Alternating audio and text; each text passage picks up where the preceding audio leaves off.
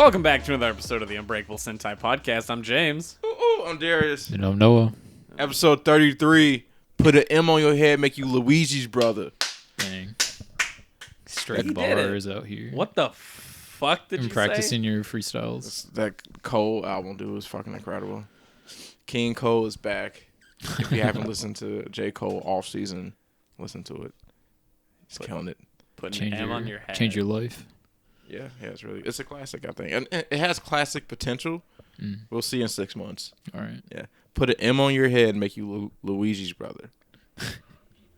As in, like, put like a like ransom on your head. Like, put money on your head. Like, Is it what? Oh, money on your head. yeah, so All like put $1 million on your head. Put Luigi's brother Mario. It's just good. It's just good, man. It's about the podcast. Well, what do you mean? I'm promoting something I like. Fuck you, Yeah, James. that's what this podcast is about. No, you're good. He was looking at me like he wanted me to say something about that, and I'm like, I got nothing to say about that. Like, I wish I could help you out here, but I ain't got dick, dude. We got a fun podcast. Yeah. A whole lot of stuff got announced. A whole lot of sad things happened. Sonic. Yeah, that's not what I was gonna go with first. But yeah, we can Sonic talk about, cars are blue. we can talk about Sonic. Sonic got a whole lot of announcements. Yeah. Sonic got a truly ludicrous number of announcements. Wasn't it just 2? It's like at least 3. It's like that 8. I saw. How? There's a Sonic Colors is getting remade. Yeah, and the new Sonic. The game. new Sonic.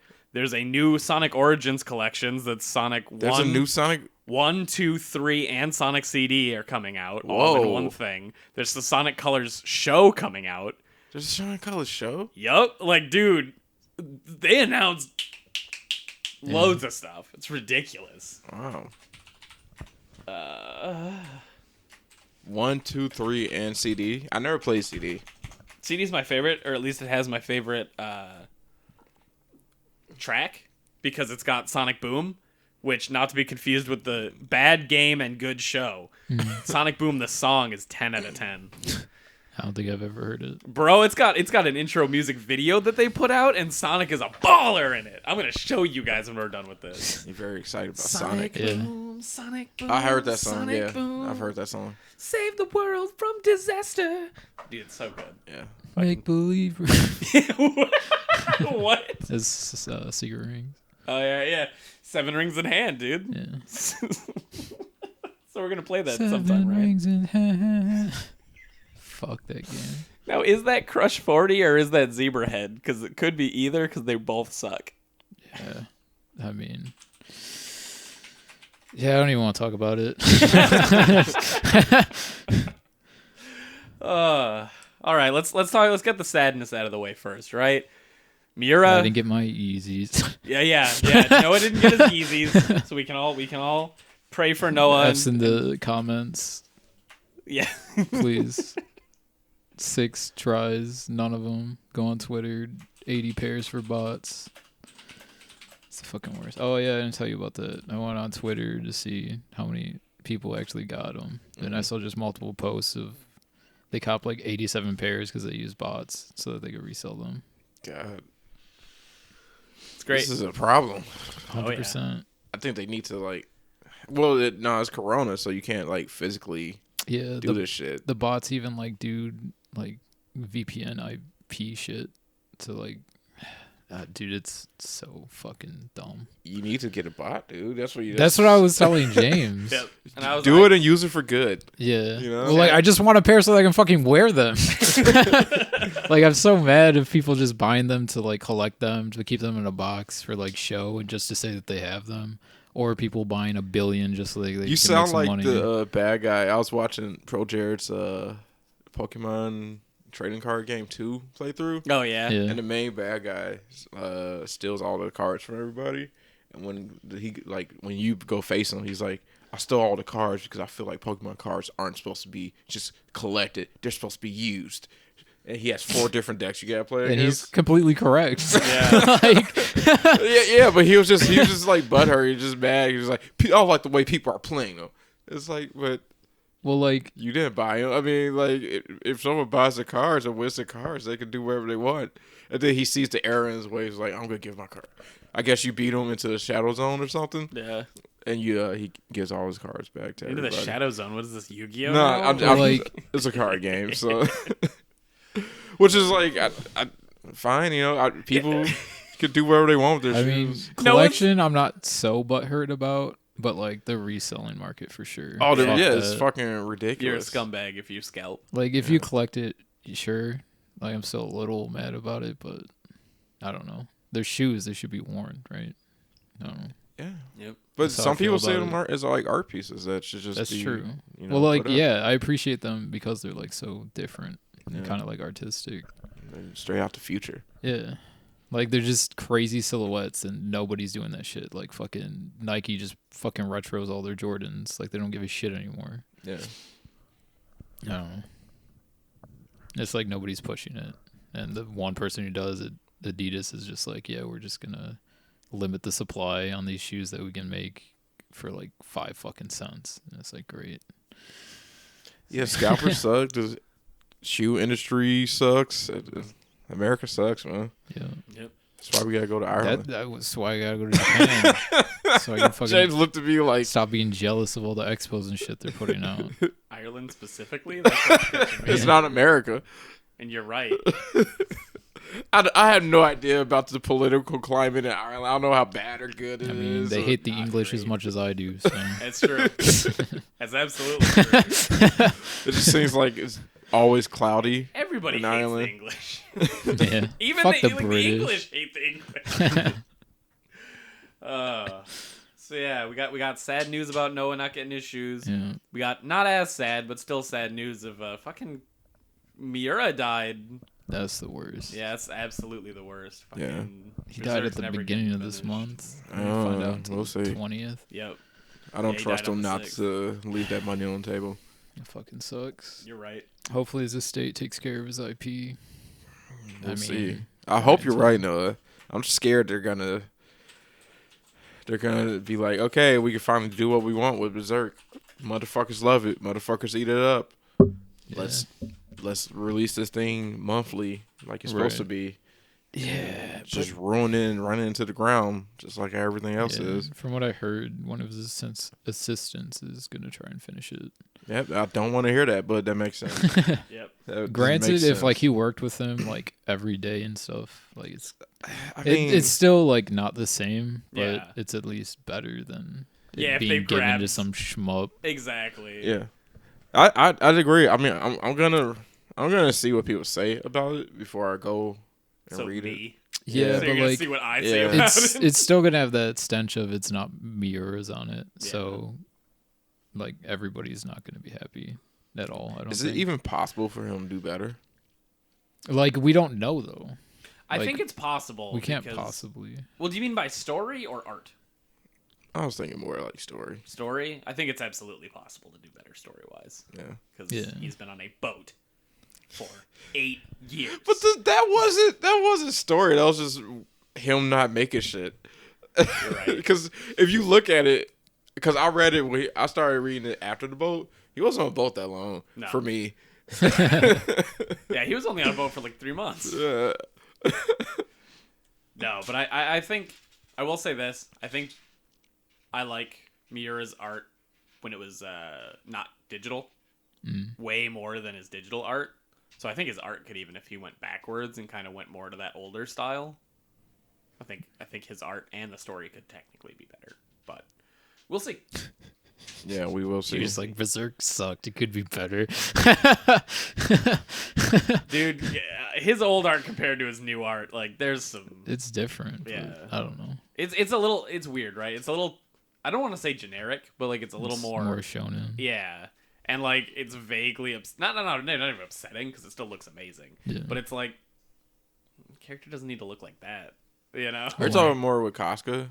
Cause I feel like Well, with Casca has Guts the biggest looks shit. completely different. But yeah, Guts looks completely different. The little Shirk, the little girl witch, looks really fucking different. Puck. Does Puck look different? Puck's always weird, so he's kind of. It's hard to say whether he looks weird or not. But yeah, man, rest in peace, Miura. Go play Idolmaster in the sky. Yeah, bro, it sucks that he died. But I was talking to James about this. This kind of like makes me hope that this will give the Hunter x Hunter dude a kick in the ass of like he realized he'll like it'll make him realize like my story can go unfinished like that. Yep. So let me finish this shit. Yeah. It'd be nice. Yeah. I think Oda's going to be like 5,000 more chapters. No, this isn't One Piece we're talking about. Fucking One Piece. Did you guys hear the good news? About One Piece? No, about dude, the 1984 David Lynch Dune movie. It's getting a 4K re-release. Why? I don't know. I saw the article yesterday, and I'm like, oh, why does this need to be in 4 fucking K? It's dog shit. I guess it's technically promotion for the Dune movie because it just gets people talking about Dune. Promotion. It's technically we're talking about it.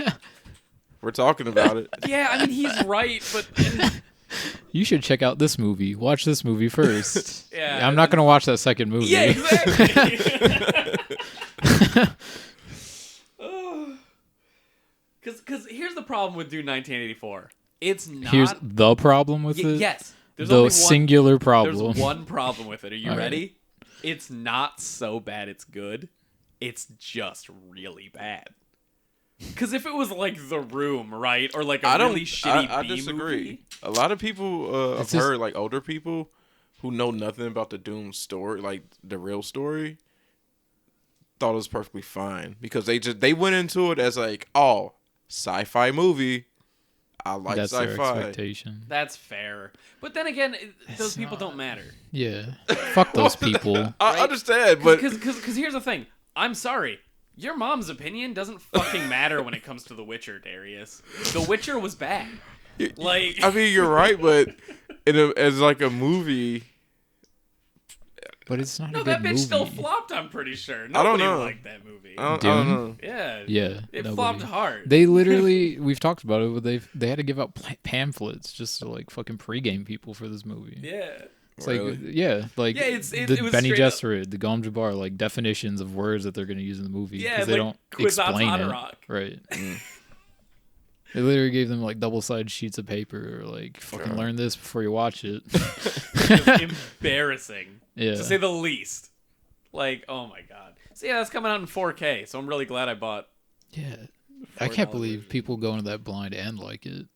No, there's no way. 'Cause, People like- liked it. It was like a lot of.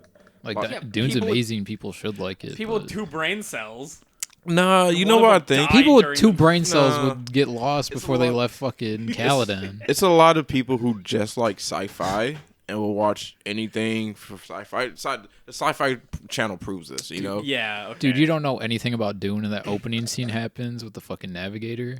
You check out immediately. They wouldn't even make it. No, that but far. the opening scene of the Navigator is cool for someone that doesn't understand. Because like it's like this mystery of like, what the fuck's in the tank? Oh, that used to be a man? That's cool.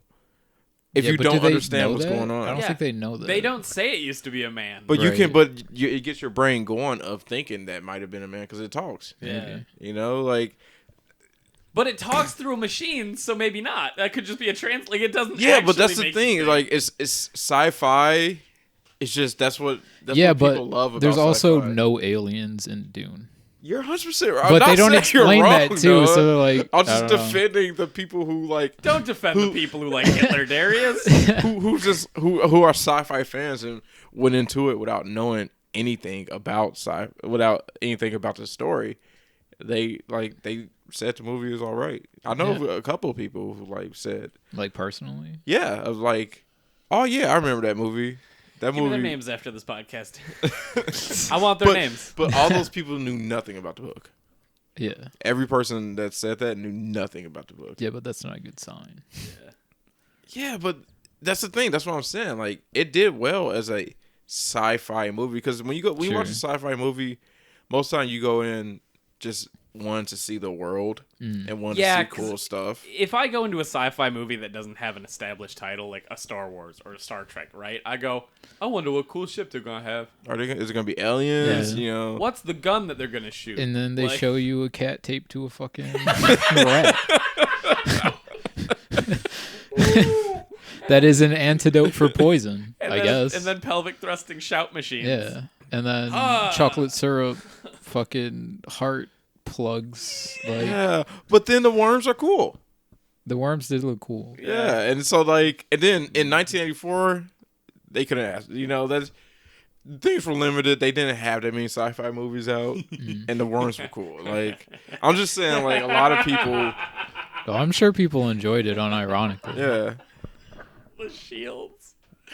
They look Yeah. like fucking Minecraft Oh, men yeah. fucking. Yeah. But those are shit back then. You Yeah. know, Right. those I mean, we cutting can't cutting really edge back blame then. them for that. No, I no. mean, they it did looked their like best. garbage, and like the art direction obviously was bad, but for They the tried shields, their like best. I mean, the technology just wasn't there. Absolutely. You're right. I'll give it to them. Like, I mean, there could it have been are- better? Sure. There are bigger complaints, and my shield is not even in my list of complaints. You know what I mean? Except for the scene. Idaho fucking belly flopping people. Yeah. That's a little strange. It's just a spider. He's The just chilling, it's fine. spider. Is it two or just one? Two. Two. God. They're chilling.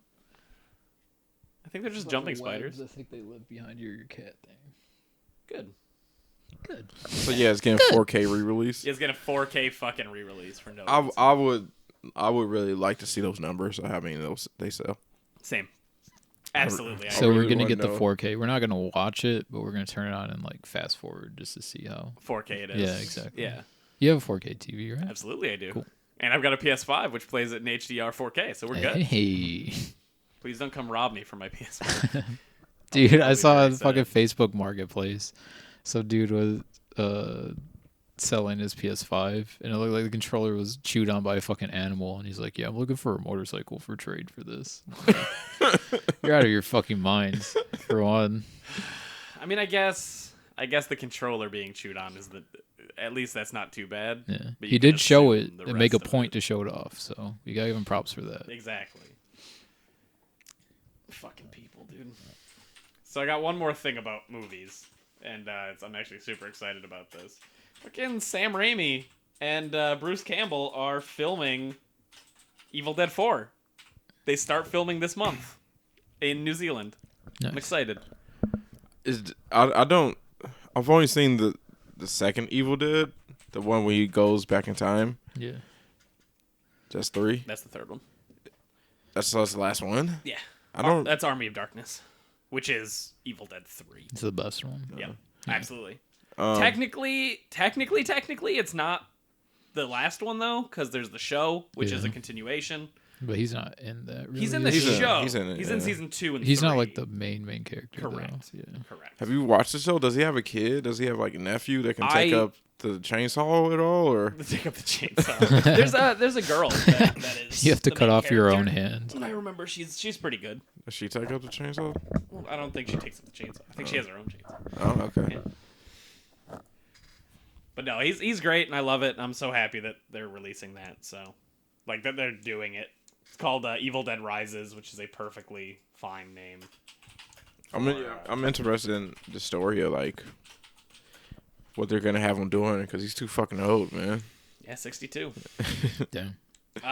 From what they said, it's about 2 girls in a city instead of being like in the backwoods or like the olden days, which I'm okay with. Like, fuck it. They didn't say he's gonna show up, but come on, Yeah, you have he's to. gonna come in You, somewhere. you have to, yeah. So yeah, that's cool. I would totally be down to watch, or just maybe you and Amy can watch Evil Dead 1 and 2. They're campy as fuck, but they're Yeah. enjoyable. Evil Dead movies. 1's kind of played more straight though. Yeah. Yeah. Like it's not as goofy. Is that the one in the supermarket? No. No. It's I don't think there is one in the supermarket. The That's at the end end of of the Evil third Dead. one. yeah, of Army of Darkness. Yeah. Sorry. Okay. Yeah, the first one and the first and second one take place in the cabin. Yeah. So They're the first both one kind of takes the place same. over one night, and then the second one starts at the end of the first one, and like keeps going because other people show up at that Yeah. cabin and go, "What the fuck did you do? And he goes, I'm kind of crazy right now. And I know that's not a good defense. And they're like, no, it's not. Locked in a closet. But yeah, the first one's played definitely more like it's a horror movie. It's still a little campy, but it's not like as campy as like the second and third one become. Yeah. Okay. The third one is like by far the best. Yeah. But yeah, it's the best movie. Yeah, no. If you and Amy want to watch it sometime, let me know. You own it? Yeah, I've got them both on Blu-ray, so okay, they're good. And I do want to watch the show, so bada bing, bada boom. So that's everything I had on movies. Is there any other movie shit you guys know about that happened? Movies? Yeah, that's all I cared about. No. The Uncharted movie looks worse and worse. How does it look worse? They just were in. Sully, it was a picture of them in a room. Sully doesn't have a mustache. Yeah, that's fair. It's just like. Well, it's young him, right? No, because when Drake meets him as a kid in Uncharted 3 or 2, I think 3, he has a mustache. Well, he shaved. So he shaved. I think no. Characters aren't allowed to shave. Someone didn't do the research, or Mark Wahlberg is just an asshole and didn't want to put a mustache on. Yeah. And I'm highly upset that Mark Wahlberg is Sully anyway. So it's better than what he was originally going to be. Yeah. I'd rather him, if he has to be in the movie, I'd rather him be Sully than Drake. Yeah. I was going to make a terrible joke about him. Maybe if he was Nathan Drake, they'd be fighting the Koreans. In case you didn't know, Noah, when he was young, Mark Wahlberg beat the shit out of a Korean. Almost killed him. Yeah. Because he was Korean. Yeah. Yeah, he's from Boston, dude. They're racist as fuck over there. Yeah, I don't even like Wahlberg. So. Yeah, no one does. Yeah. Dude, he's like super famous though. Like everybody knows him. This is when he was a teenager. He fucking, I don't know. I don't like talking ill of people, but dude, his acting fucking sucks. Holy shit, dude. Yeah. I mean, he's kind of like Jason Statham. He's typecast. He's not like a good actor. Why is he so famous? Because he was a musician, kind of. Yeah, he was a rapper. Buff, white, and handsome. That's the only thing I can go off. He's not even that hot. I think women like him. I don't know. I'm sure women love him. I think the real answer is that nobody wants to get close to anyone from Boston to find a new actor with a Boston accent. Okay, I think. Well, let's be honest. Let's be honest here. He had his little run, and The Rock stole all that fire, which I'm okay with. Yeah, that's true. Well, The Rock's just a better person. He is correct. Yeah, it's Rock just stole all his fire, which is I'm fine with. And now his career slowing down. Steal something from somebody if they don't have it. I mean, all the roles that he would have gotten if The Rock wasn't around, and they were in the movie together. The Rock and and what's his name? Mark Wahlberg. What? Man, it was like Pump something. It was like them. You know who would be perfect for this role? A 280-pound muscle mountain. Let's get Wahlberg. It was like Pain and Train or something. Oh, I think it's just Pain Train. No, it was like they were both like buff guys that worked out. It was Anthony Mackie was in it too. It was like based off a true story. It was like some buff guys that murdered somebody. And Pain and Gain. Yeah. It was all right. I went to the movie theater to see it. Well, was it all right because of Mark Wahlberg, or was it all right because of The Rock? I mean, I went there for The Rock and Anthony Mackie. I didn't go there for Anthony Mackie's Falcon, right? Yeah. Okay. Yeah. Just I had to get a face to the name. You know what I mean? All right. Yeah. So fuck movies. Movies don't matter until we can start going to theaters again. Anyway. Let's be honest. When Dune comes out, I'm going to theaters. Same. So fuck them. Yeah, I think I'm gonna go see Black Widow. Oh yeah. For sure. Yeah, I'm a Marvel mark. That's true. Yeah. They've got enough faith built up in you for you to go through to see at least like 4 bad movies before you go. Yeah. I don't know about this next one. I can't. They fucked up Taskmaster. I don't like how he looks. That's fair. They just put like sporting goods shit on him. I mean, fuck me, dude. We'll see how he looks. We'll see. I gotta see the movie before I can like judge, because this might just be the beginning of Taskmaster. He might put the mask on later, and he might be. Yeah, but it's already kind of like that skeleton motif on it. but you could be right. It could be like prototype. Yeah, we'll have to wait. But this is a prequel too, and Taskmaster hasn't shown up at all. Yeah, but that's the thing. I think Marvel learned their lesson about just killing off their villains. Yeah. So I'm sure they might want to try to build him up. Yeah, So but we'll they'd see. have I don't know. come in with maybe he got fucking Thanos. Now that he's back, maybe. Yeah, he's like, oh, I can do some shit again. Yeah, I gotta get the movie a shot. I'm not like the movie doesn't look super incredible, but I trust Marvel, so I gotta give them a shot. Well, I mean, they have your money for the end credit scene anyway. Yeah, that's all true. anybody will care about. Yeah. Yeah. So give us a spoiler full review of the end credit scene. All right, I'm gonna rapid fire some cool things that happened this week about video games. Y'all ready? Well, maybe not rapid fire. I don't know. So Street Fighter V had a cool thing that they did with Dan Hibiki because he had an infinite combo, and his infinite combo related to using his Gadoken to just keep people in a corner, basically. Mm-hmm. So they were like, "How the fuck do we fix him without changing like whatever and making him like better or worse or whatever?" And they were like, "We got it." Randomly, when he shoots his Gadoken, he's going to fire a stronger Gadoken that has more pushback and damage. But it's going to happen randomly, so people can't do the infinite combo anymore. Nice. And it's so good, because Dan Hibiki sucks.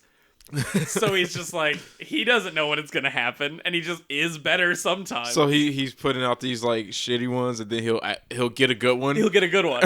And it's great, because he's like, Gadoken, nani? When a good one comes out. So he's even like, what? What do you... And he's like, I can do that? No. So, like, technically you can still kind of make the infinite work, but you have no idea to know when you're going to have to, like, get your timing different. So it's like, okay, that's a pretty good buff / nerf / whatever. Yeah. And it's even in lore. Everyone's like, good job. It's pretty Good fucking job, smart. Capcom. Yeah, it seems like Capcom is finally found how they want to do Street Fighter. There's not going to be any more multiple Street Fighters. It seems like every generation they just want to put one game out and just like update the shit out of it. Yeah, I feel like a fighting game could be like a really good kind of live service game. Not in the way that like Avengers is a live service, but in the way that kind of like League is a live service. Exactly. And I think everybody, nicely enough, right? I think everybody learned that from Tekken. Yeah. That model works. Because Tekken 7 came out on PS4, and they didn't make a Tekken 8, and they've just been putting out characters like every year. They're like, fuck it, here's Noctis. Yeah, but like, you know, what I Give us mean Kiryu. a bit more like that is like how like each version of the game kind of introduces like a new mechanic. Yeah. But they could do that for like seasons, kind of, because like League will change like the map in ways or like camps in ways every year to make it like fresh. And I think they could do that by like adding characters, and like if they want to add like a new mechanic instead of putting out like a new game, they could just add it to the game. And I think Street Fighter 6 did that, or Street Fighter 5. I have no Sorry, idea. 6 isn't out yet. But yeah, Street Fighter 5 they added like certain V trigger things and certain other things, and like they added a second Ultra for characters and stuff. Like they're like, yeah, here you go, fuck it, you know. And you're right. That's the fighting games are. That's the best. Yeah. Because I'm not going to pay $60 every 4 months for another game. I know League's going to put out a fighting game at some point. Yeah. I might play it for a bit. See if it's any good.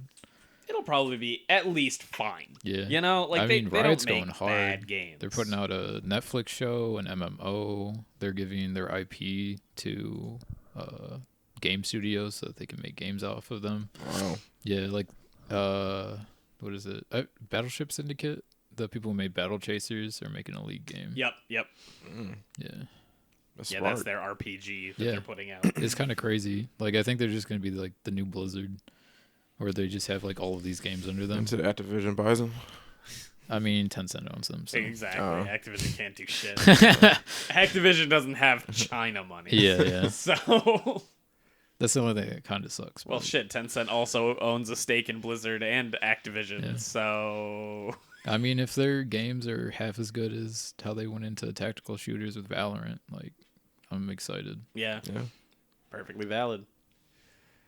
Oh, did you guys hear about Amazon and their push for mental wellness for their workers? No, Sounds do they like provide them bullshit. with bottles? Yeah, it's What? called To piss the Amazon. It's a telephone booth box that you can go inside and cry during work hours. What? I'm not joking. What the fuck? I just love the fact that I got to write Amazon cry booth Yeah. into the fucking notes. It's literally that. It's a booth that you can go into, and there's like a computer in it that'll give you de-stressing techniques. Because Instead of yeah. Making God. the instead of environment giving better. them more money, better work hours, working conditions, they give you a telephone booth that you can go into and cry during work hours. That I'm sure they'll Is that just not limit pay the- you for and limit to you to like 30 seconds. Yeah. Before you gotta get the fuck out and get back to work, dummy. Yeah.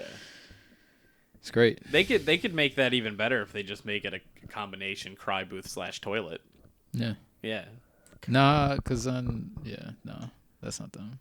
No, You I don't know. get I'm, piss I'm breaks at just saying that would be that would make me feel like they actually cared Yeah. if they made it also a toilet. Well, like, but there's a telephone booth you can cry in. They obviously care. Yeah, but like, this one's free for Amazon. You can only cry as long as the urine is flowing. That's the time limit, right? Oh. So then they're limiting it even better. Because it's like, oh, as you pee, the screen turns on and goes, oh, why don't you try deep breathing? And you're like, I'm in a toilet. I just can't believe how unaware they are. I mean, Oh, I think they're I think aware. aware. They just don't give a fuck. It's so insane. I mean, that's why they call it human resources. People are resources. They're not people. Oh, my God. It's beautiful. So this is something that's exciting for you, Darius. Metro Exodus on PC got an update that lets the adaptive triggers on PS5 work. Oh, sick. So That's actually really good news. Yep. Because So- I wasn't sure if other games would be able to do that. exactly. So now that means that it's up to the developer to. Yeah, for PC ports. It's Exactly. fucking awesome. Wow. So that means that like Resident Evil 8 might get it if Capcom feels like just putting out the update. That means it works, and that's what matters. Yeah. I wasn't sure if it could work. So Yeah. yeah. So now that cements the idea of like PlayStation 5 is just the best controller. Best controller. Yeah, for so computers. I can sell my Xbox One Yeah. controller. and just get a PS5 controller. Yep. And now they're coming in black and that cool wine really? color. Did you not see them? No. Dude, look them up. I didn't know that there were new colorways. The wine color looks like great because it's not like an obnoxious like bright red. It's like like a dark. maroon. Yeah, it looks fucking stellar. It's still two colors, like two-toned, which is fine. Give us the black PS5, Sony. Black and whatever. Yeah. Yeah, it's black and red, I'm pretty sure, and then black and black. And the black and black looks pretty good. Look at this fucking Google captcha I got. Where is it, Darius? It says select a bicycle, but there's no bicycle. Yeah, it's a picture of a fucking underpass. That's a screenshot. If there are none, click skip. Yeah. You're right. You passed the test, Noah. You're out of the simulation. You hit skip. Oh yeah, speaking of simulations, Yep. we went to Disc Replay before. Well, when you got here or whatever. Mm-hmm. But we were like just talking about games and like, have you heard of Vigilante 8? It's a Twisted Metal clone from back in the day. Mm-mm. It was on like PS1, N64 and shit. And I was like, hey, have you heard of that game? And he was like, no, I haven't. And I was Never like, heard oh, of that was it kind of fun. It was a Twisted Metal clone. And then we went to half price and there was a fucking N64 copy of it. Right in there. Did you guys buy it? No. It was speaking to you, dude. It was, but that's we turned our backs on the simulation. you Yeah. know? We don't commit to the simulation. Exactly. We know we're in it, but we're not going to let them win. Okay. Oh man. Sure. So better news for me, not really for you guys cuz you guys still haven't played it really, you said. Fucking Deep Silver came out and they were like we're getting the free Radical guys. We're making a new Time Splitters. This is just an announcement, so we don't have anything to show right now, but we're letting you guys know we've got the OG people who did Time Splitters. We know you care. And everybody's like, "Oh shit. Wow. Really?" And like, I'm super fucking excited for that. And like, I don't even care if I get a new game right away. If they just put out a trilogy, love it. Beautiful. I'd buy it. $40 sold. Yeah. I don't care. And this is all just based off the hype of when they found out you can play Time Splitters in Homefront 2? I think it has to be, yeah. Yeah, it's gotta be. Because there's no reason. I mean, like, there's a pretty big following for Time Splitters in general, but that was a big Twitter thing that everybody fucking cared about. So, like, yeah I'm excited. The new colorways look dope. I don't know why the red one's $5 more. Because the colors always are on Sony controllers for some reason. And Xbox controllers, for that matter. Yeah, motherfuckers would buy it. Yeah, exactly. That's why. I mean, if they fucking put out a purple one, I'd probably buy it. Splitters.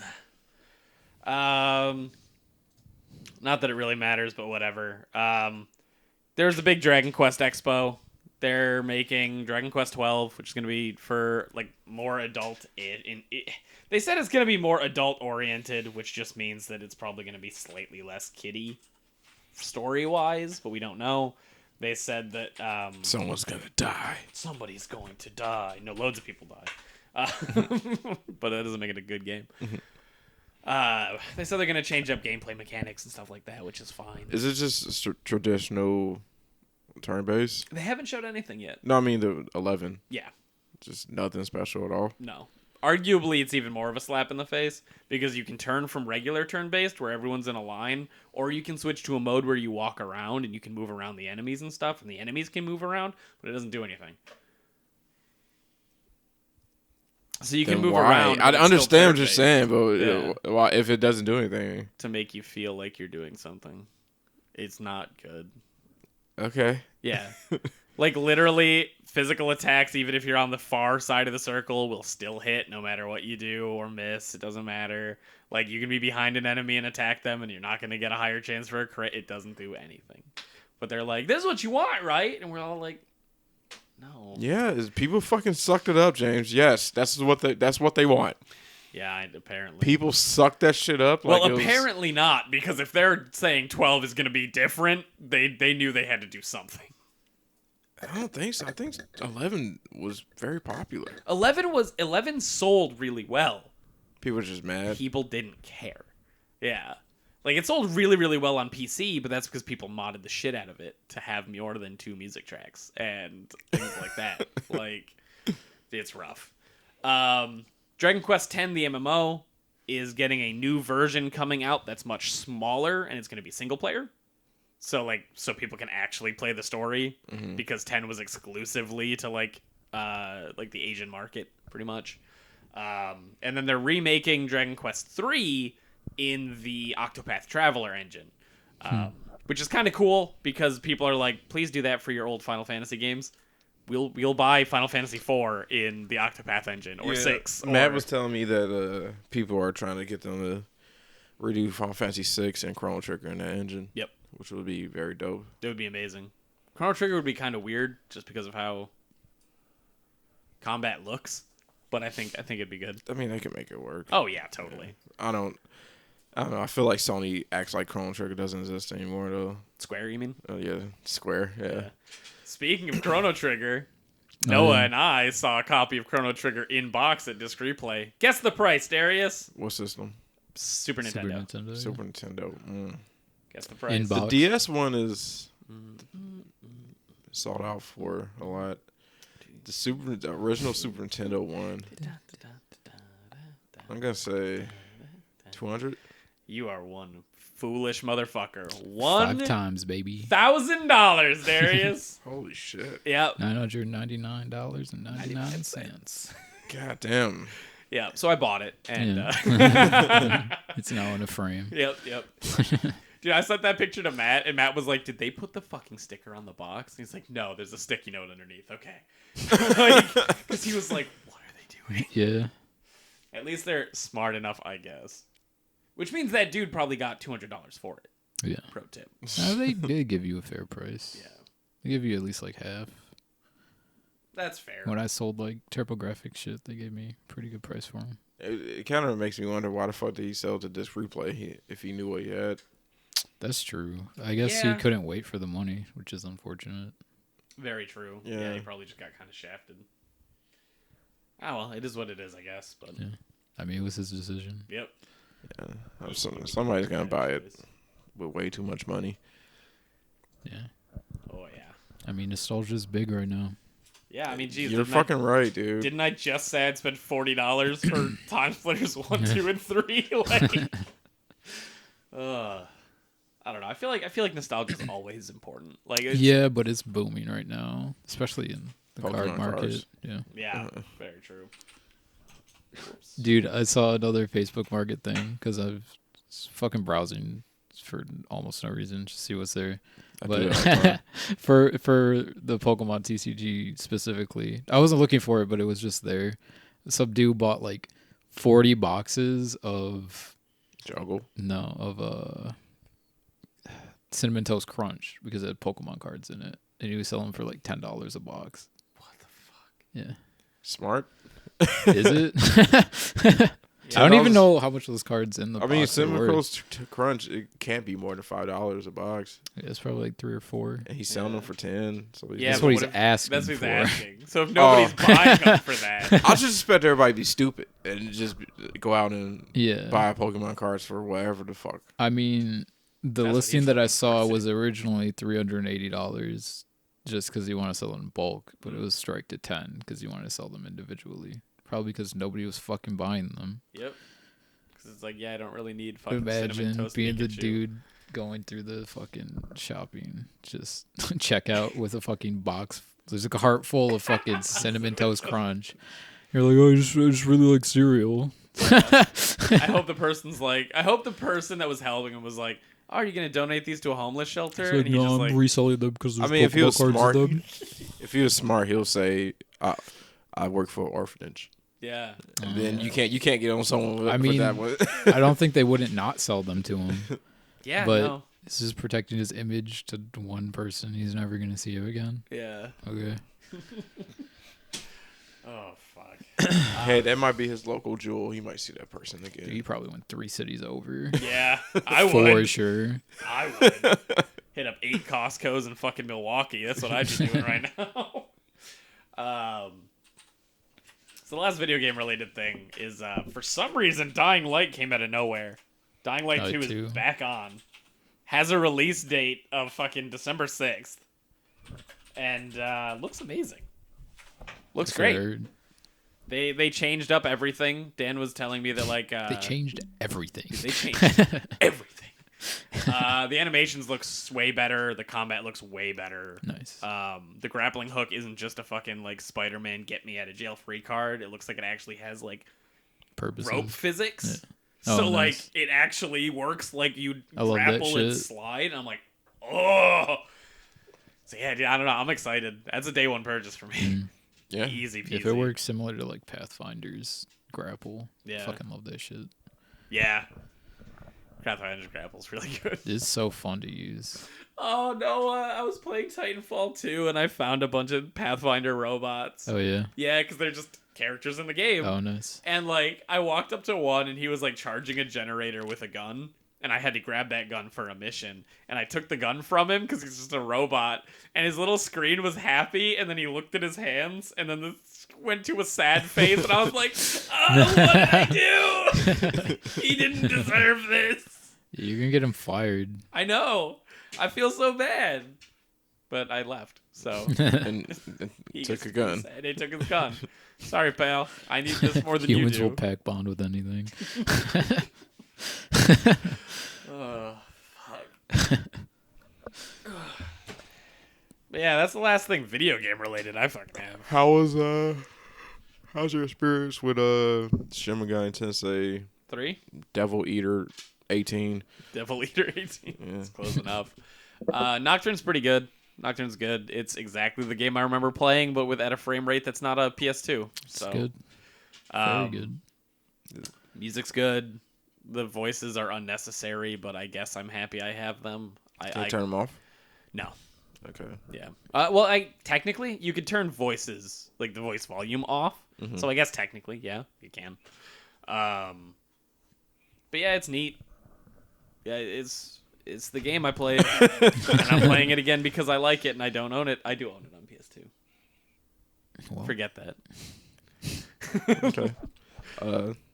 That's good to hear then. Yeah. Resident Evil 8 is fucking dope. Yeah, we got to talk about Resident Evil 8 now because Darius finished it. Yeah, let's talk about it. Oh, Finally, I don't hate it. I'm indifferent.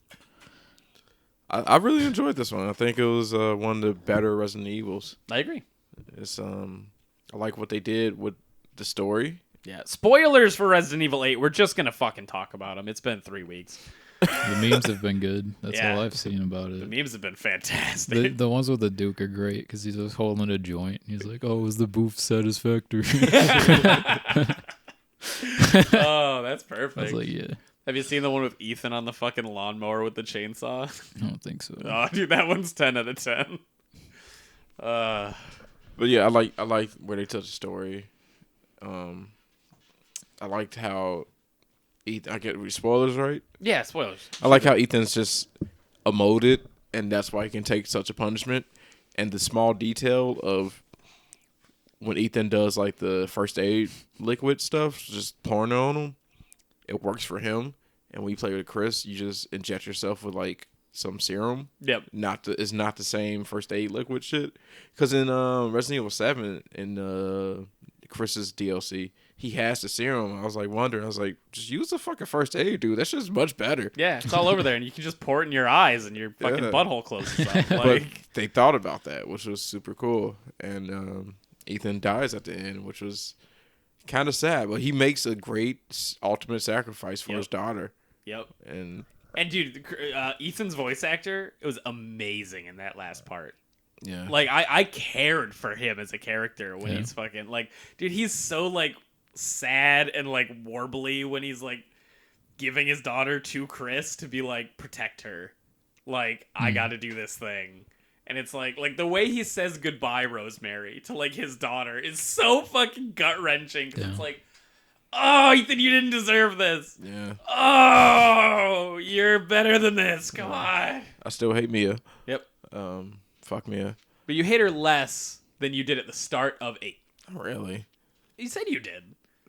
Did I? Why? Well, you said you said you hated her less at the start of 8 because you were like, wow, this bitch won't talk to him about whatever. Okay, yeah. Because at the start of 8, she's kind of an asshole, but you find out that's not really her. Exactly. So I hate her equally the same as when I ended 8. So 7. That's a 7. Mia is Ethan's wife. Yeah. So yeah, and I like the gameplay. It's just first person shooting. It's nothing- Resident Evil 4 in first person. Yeah. Yeah. So and like it was nice revisiting like that of like finding little treasures and going around selling stuff and upgrading Having guns. an attaché case. Because I didn't like it and how it was done in 5. Because 5 was just like end of the mission, upgrade your stuff. Yep. To no one, there's no one to interact with. Yeah, I need to have a person to care about. Yeah. Like- and it was like You don't care about the PC No. at all. You just said you did.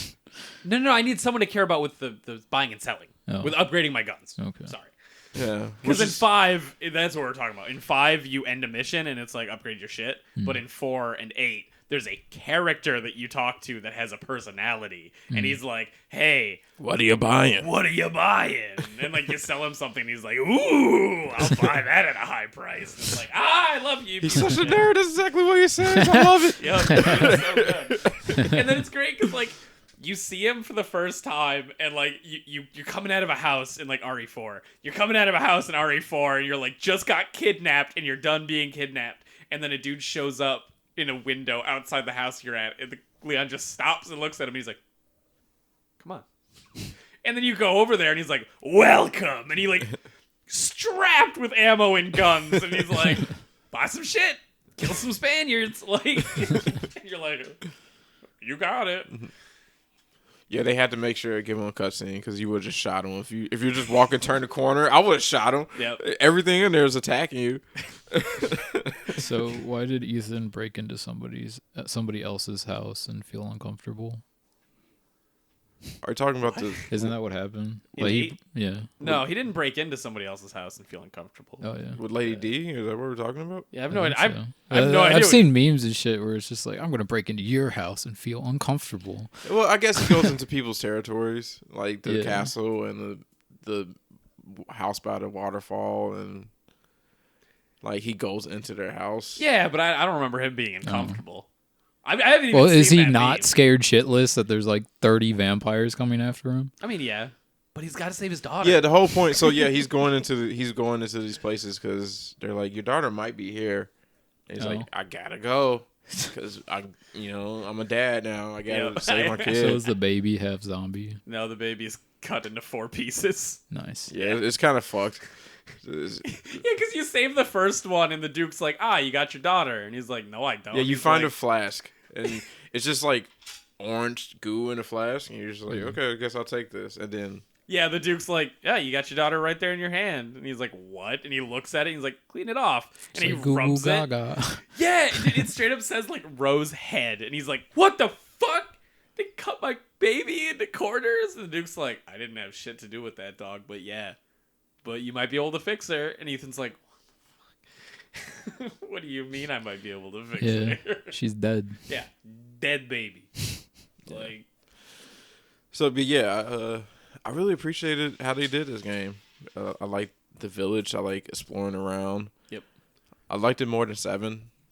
7 was like they played it a little bit safe with the whole mansion and everything, but this one they expanded it with the village. So like you go to one area and then you can go fuck around in the village, and then you go to the next area, then you can go back to the village and fuck around.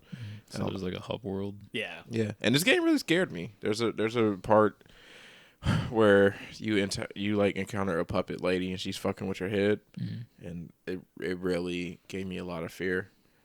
I think more fear than 7 did, but 7 just I remember the part of wasting 2 shotgun shells on ball. Yeah. Because I was so scared. They took away your guns during this part, so y'all didn't have to waste ammo on bullshit. Yes. That might be why he took away your guns, so you didn't have to waste ammo on bullshit. Yeah, dude, it was so good when I was watching him and Matt play Resident Evil 7 because Darius opens the ball, comes down, he's just... It's the scariest part of the game, man. And I'm just fucking chuckling like a demon next to him because I was like, that's what I wanted him to do. So good.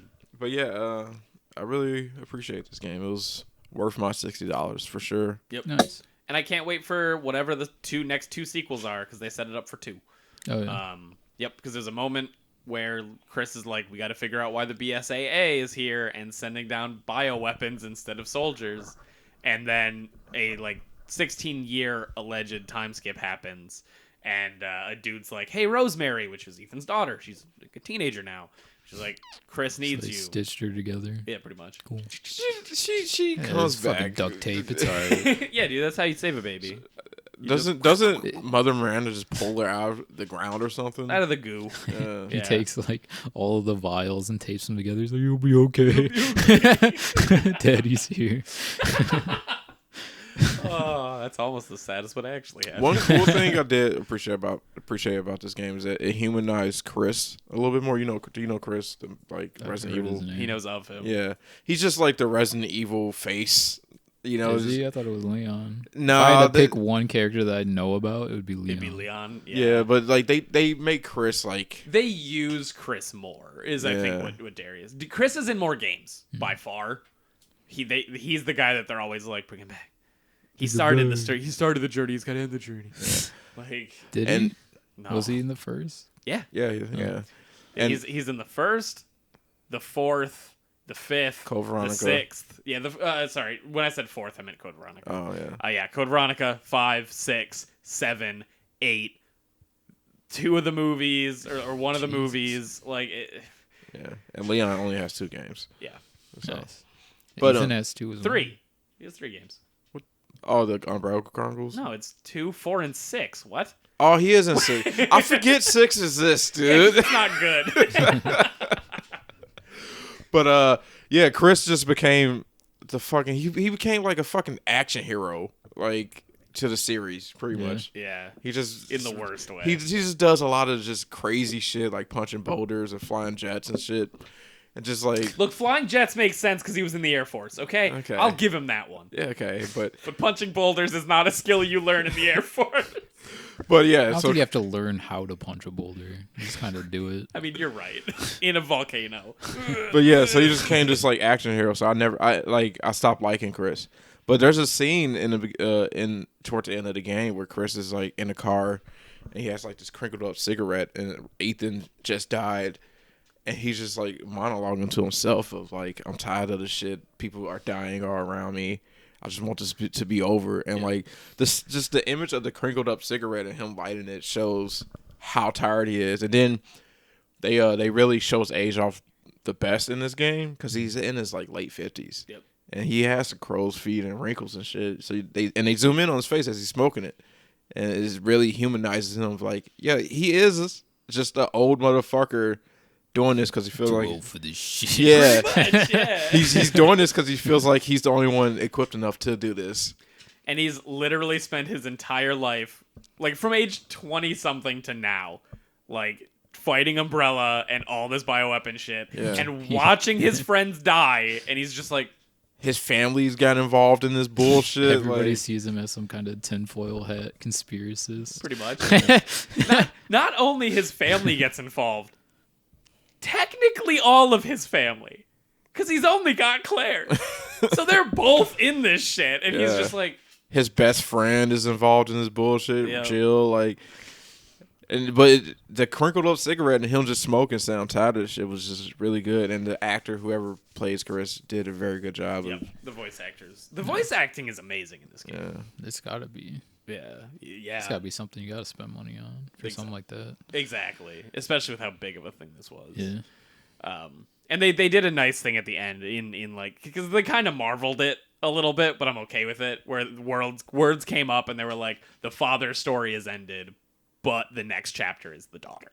And like they say that, and it's like, okay, so like, Ethan is done, but like it's still gonna be a part of him. exactly. Right? Like, and like it's nice that they said like the daughter is the new face of Resident Evil. Yeah, because Ethan was the face, even though we never saw his face. Mm-hmm. But like, it's nice to know that like they're straight up telling his us story isn't like done, and now the next game is Chris, and now he's got to deal with this shit. Exactly. So they're straight up like, you're not gonna see Leon. You're not gonna see people you know unless they're gonna be in a side role. It's gonna be a new person. And I'm like, thank you. Yeah, I really hope they for the next game, I really hope they take Rose and like put her in like a more streamlined situation so she can like pretty much I don't want her in a crazy action game. That's what I'm trying to say. Yeah. I don't want her in like Resident Evil 5. I want her to have to deal with shit alone and like learn these skills alone, and her not to be saved by, buff Chris. Yeah. Well, she has to have some kind of skills. Yeah. Oh, yeah, Chris was just like off to an orphanage. Yeah, but that's the thing. She's a teenager, so I want to see her react to shit like a fucking teenager would react to this crazy shit. I don't want an action movie or shit just blowing it up. I don't want Resident Evil 6. Yeah. That's what I'm trying to say. Yeah. Yeah. That's all I'm trying to say. I will say this. Darius and I are both kind of worried because we do know she has powers. We don't know exactly what her powers are. She can fucking put herself back together. She she cut can- into pieces. Yep, Probably, she could probably do that. She's gotta have She something. had some sort of mind I mean, control. her dad could do that with potions. Yeah. Yeah. Yeah, I saw a lot of shit on Twitter that was like, "Oh, this is so stupid." I'm like, "Did you guys not play 7? Did Yeah. you not know that they did this exact same thing in the last game?" Yeah. And like, dude, people were talking too because they were like, I never played 7, but it's so stupid that he can do this in 8. And it's like, well, then He play did it in 7. And then Why did you skip 7? It makes Right. sense at the end of the story of why he can do this. Yeah. It makes perfect Like, sense. it's still stupid, but Yeah, exactly. It goes from, that's unbelievable, to, okay. yeah, And that's all you need. it's like at least they're consistent. Exactly. They just have to put in that page that helps our suspension of disbelief, right? Give us that one note, and then we can go, no, free pass. Wave it on. And before we stop talking about it, I gotta talk about How baller Heisenberg yeah, is. Heisenberg is one of the better villains I of agree. Resident Evil. He's up there with Lucas. Yep. And I really wish they wouldn't have killed him off. Yep. Heisenberg is just he has like Magneto Cooks powers. meth. Yeah, he Yeah. does cook meth. A lot of meth. He has Magneto powers, and like he's one of the only villains that tries to reason with you. Yeah, because he straight up is like, come to my place. I gave you your part of your daughter. I just want to talk to you. And he literally comes in. You walk into his place, and he's like, "Hey, glad you came. Sit down. I just want to talk." And he starts talking. You talk for a good like minute and a half, and then he's like, "Okay, and then we're gonna use your daughter to do this." And he's just like, "Whoa, you're not using my daughter." Yeah, chill. And then his crazy comes out. Was like, "No, we gotta fuck you." But yeah, there's this great part right there because he straight up is like, yeah, you know the vampire chick? Fuck that bitch. The weird gross dude you fought? Fuck that dude. Miranda? Fuck that bitch. Team up with me. And like, Ethan's like, no, fuck you. And he like kicks you from the chair into a pit, but he grabs your arm. And he's like, last chance, dude. I need you on my side or I can't let you interfere. And Ethan is like, nah, I'll take my chances. And Ethan lets go of his arm, but Heisenberg is still holding it. And he like looks surprised. And he's like, yeah, and it's like a really good scene. And he's like, you said it, and he lets go. But it takes him a bit, because he's like, come on. He like actually doesn't want to. Yeah. That's really cool. It's so nice. Oh, fuck, I love Heisenberg. Yeah. And then he has a great line when Chris blows up his factory, and he turns and he's like, I'm gonna kill that boulder punching fuck, which means that Chris, in his report of what he did in Resident Evil 5, said, yeah, I totally punched that fucking boulder. Like, that's canon. Oh, it's so good. So yeah, it was worth the $60. I really like that game. Absolutely.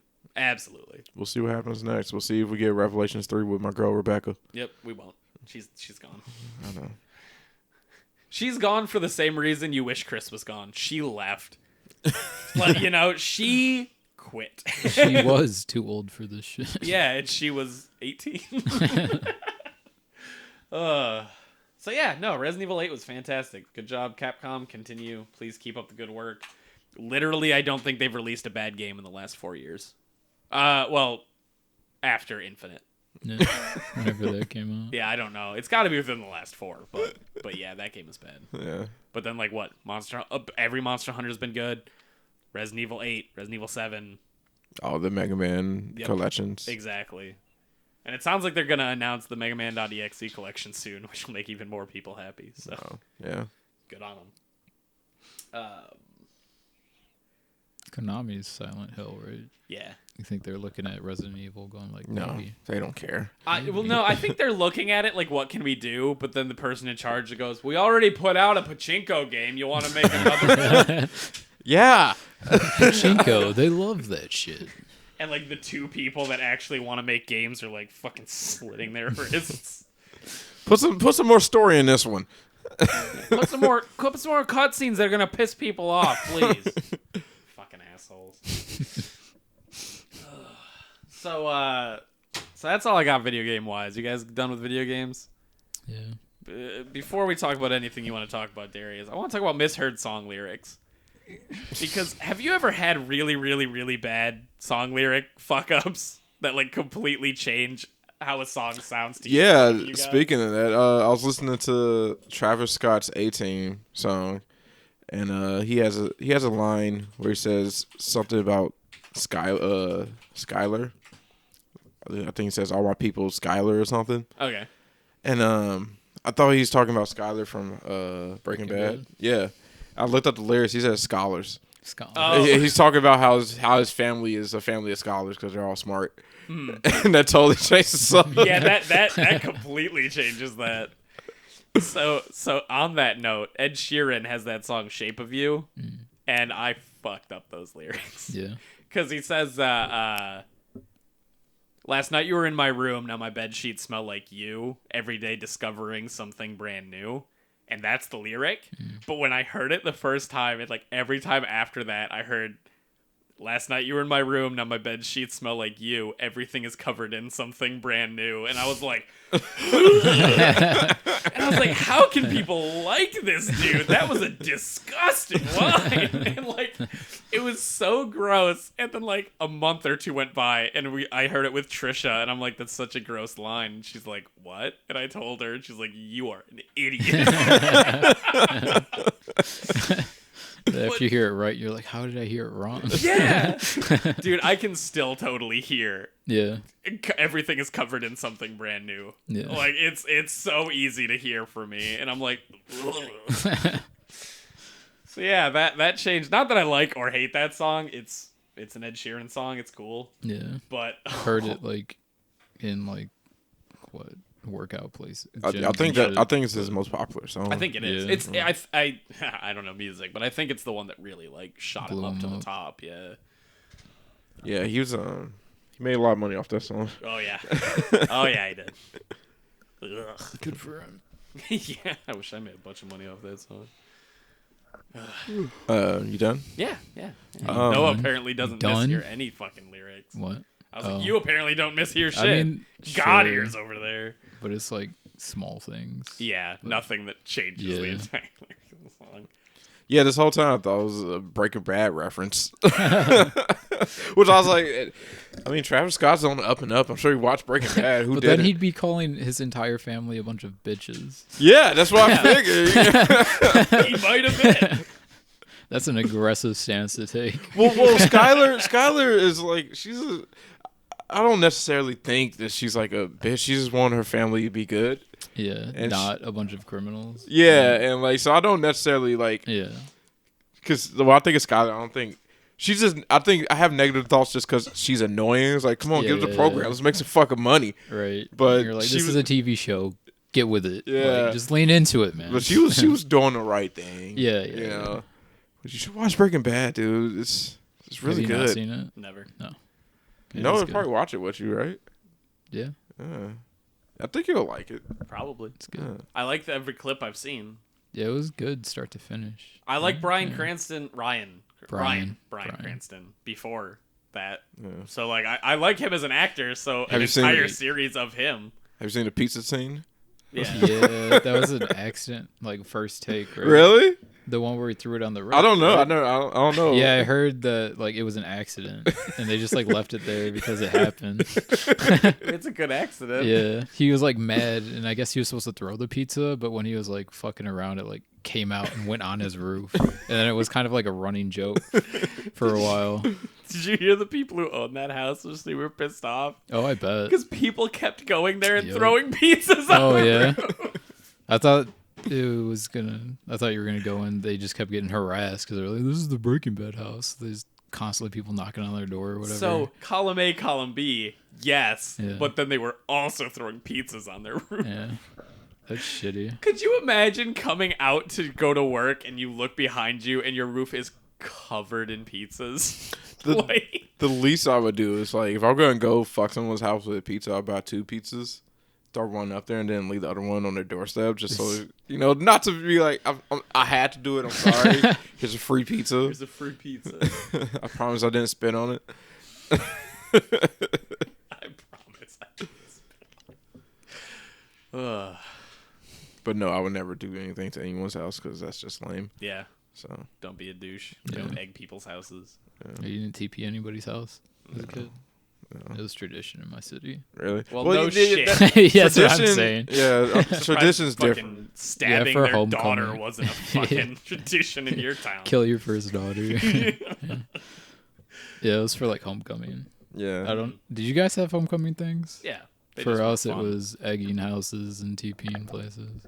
Oh yeah, we didn't have anything that cool. Yeah, sporking lawns. Sporking lawns is one of the most Also, the nicest things you can Was do. it shaving cream or something? Yeah, that got outlawed though. So they kill their lawn. Yeah. Yeah. Oh, we also taped somebody's fucking telephone pole.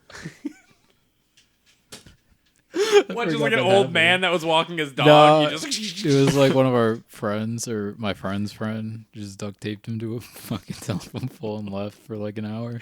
God. Did he think it was funny after the hour? Oh, I bet not.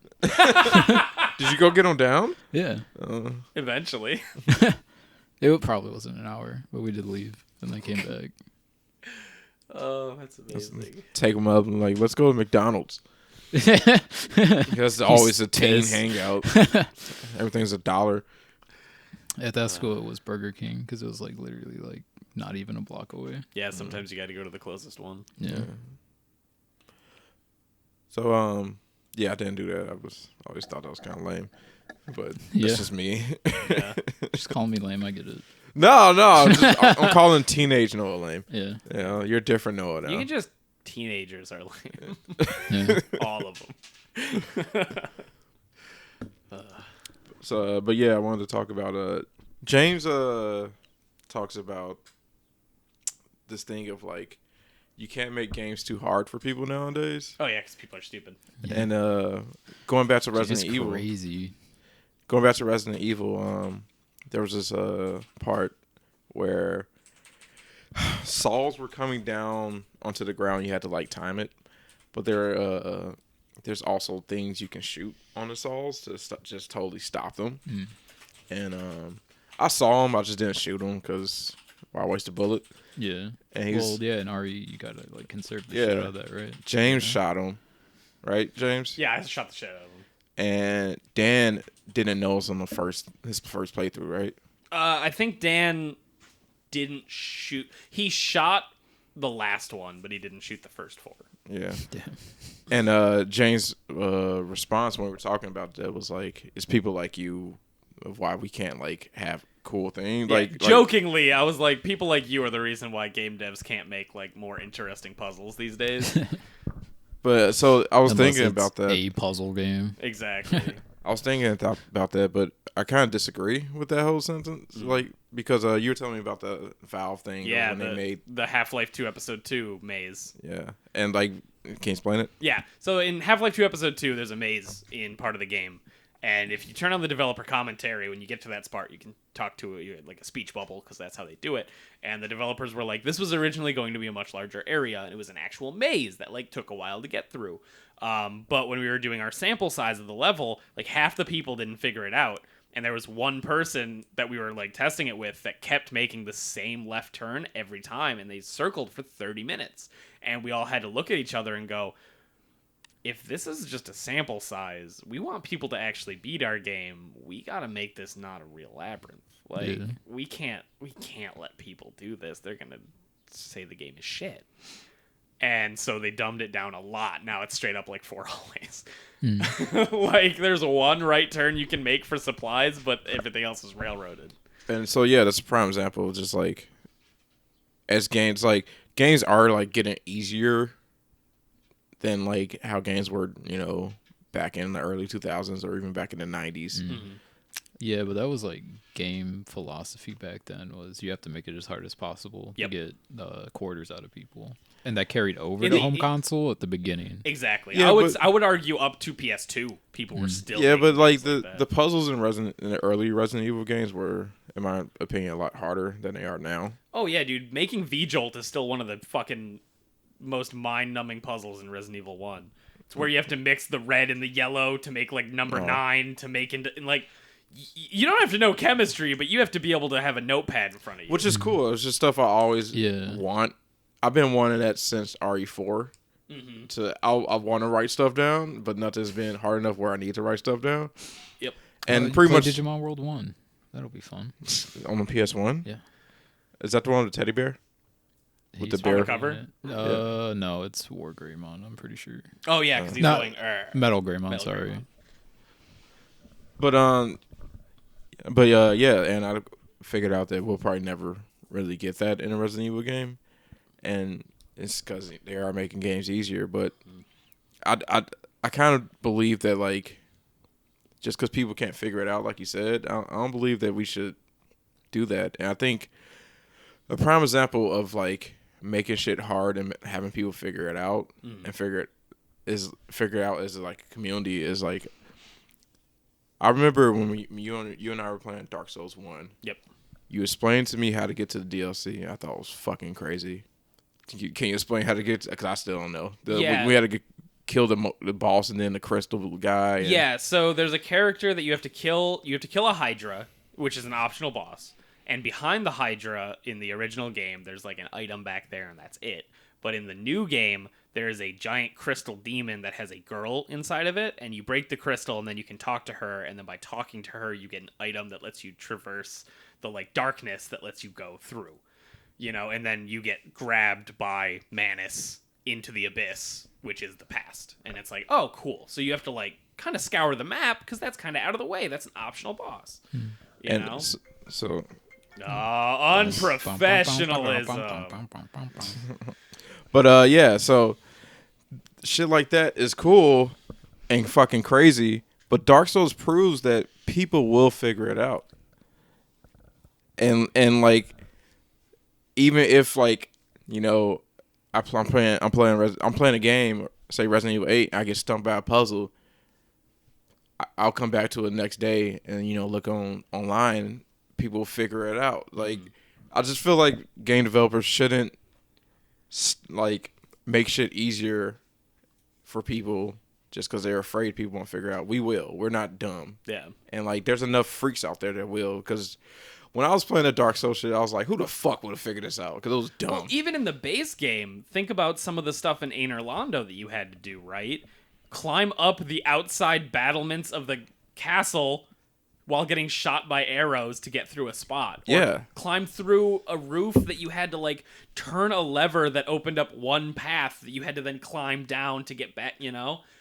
But I'll let you finish what you're saying, and then I'll kind of go into. But I'm just saying, like, I believe that like it's okay to make some shit hard because people are smart, and one of the best things is when people come together as a community and figure shit out, which is why I'm sure why people love Dark Souls, because a lot of people had to communicate with each other to figure shit out. Yeah. That's kind of why I like Sekiro a lot when it first came out, because like there wasn't much information on it. Yeah, nobody knew anything. Yeah. It was, hey, did you fight the snake? Yeah. What do you mean fight the snake? Yeah. I ran from the snake.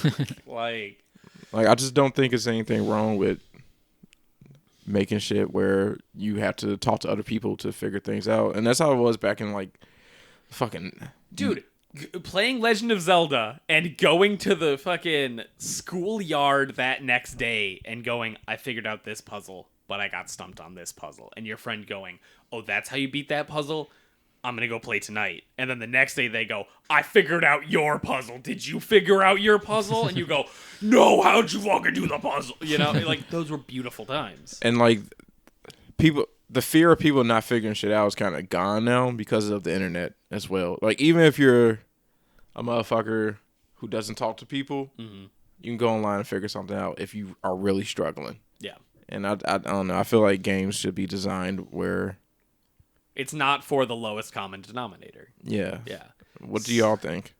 You are completely right, but the world has proven otherwise, is what I'd tell you. How? Because of the people, like, look at the IGN reviewer who played Cuphead. And he literally couldn't figure out on jump screen and dash. instructions. Yeah. I mean, but that's one dude. No. So that reviewer fucked up, right? Mm-hmm. Now think about all the people who went to look at Cuphead and then read his review about how bad his review was. But they didn't look up gameplay of the game. They only look at reviews. So all of those people didn't buy Cuphead because he said it was bad. Because he got stuck. Yeah, but and at the same time, that's what you have to worry about. I don't know if it was a bad review. It wasn't a bad review. The video was video, exactly. Yeah. But that's just an example. Yeah. But at the same time, it's like, I'm sure a lot of people reviewed Dark Souls and hated it, but it still sells good because people eventually found out. But it sold good to a niche market. It didn't sell that well. Did it? No. The first one. Oh, Dark Souls? Dark Souls I thought 1 we were still talking sold... about Cuphead. Oh, yeah, no. I'm pretty sure that actually sold. It sold quite great. well. But that's the thing. It sold enough, and it got a fan base. Yep. And now it sells millions of copies because people trust these developers. But Dark Souls 2 and Dark Souls 3 and Bloodborne, to a lesser extent Sekiro, made it easier than that every time, though. You know, there wasn't as much esoteric stuff. Bloodborne, the DLC to get to there was still kind of weird. Yeah, but the base game was fine. Yeah, but like that's the thing. That's what I'm saying. Like, that weird shit is cool. Like, no, you're right. I'm not saying the weird shit is bad. I'm saying people don't care about the people. Okay, game developers want to make millions upon millions of dollars. So if the a person, publishers want that. true. So if people don't buy the game because they hear bad things about it or hear that, you know, puzzles are hard, they're just not going to care enough. you know? And that's what we have to worry about. Because you're right. I love the fact that I have to write shit down, you know?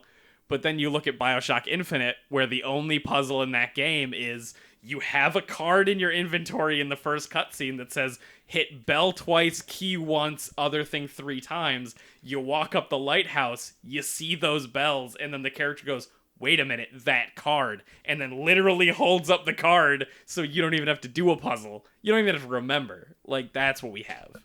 And Yeah. that's what people want because they want to play and beat a game. I don't think that's what people necessarily want, though. I think that's what That's not what developers. we want. That's not what we want, but a majority of people. Because that's the thing, right? They want the people that play Madden. They want Madden numbers. Yeah, the NBA 2K21. Exactly. So you're right. There are a lot of people that want what we want, but there are more people that don't. And that sucks. Yeah, we're a minority. Exactly. It's my whole life. Yep. Oh, God, is this how you feel, Dan? Jesus. But no, like, because I completely agree, right? I love that esoteric shit. You know, Yeah. I'm okay, and that's the thing, too. I'm okay with multiple playthroughs on games because I want to see other cool shit. But for a lot of people, if they don't see everything in one playthrough, they're never going to go play through more than once, you know? And talking about this kind of, if you look at trophies, right? Trophies are in the game. You know how we all complain about trophies because there's a trophy for beating Chapter 1, Chapter 2, Chapter 3, you know? Those aren't trophies to make the game hard. Those are trophies so that the developers can see metrics of how far did all the people who bought our game actually get. And if you look at any game, any single game, Yeah. at halfway point, if you look at the halfway point trophies, less than half people got it. Yeah. And by the end, it's like 10% or less. Exactly. Yeah. And that's what we're looking at. So you can't even hold people's interest long enough for a game that is straightforward. They're not going to go through a fucking puzzle to keep playing that game. And it sucks. I hate it. I mean, Yeah, what? Fucking first death in like Dark Souls has like 70%. Yep. And it's like 30% of people don't even play until they die.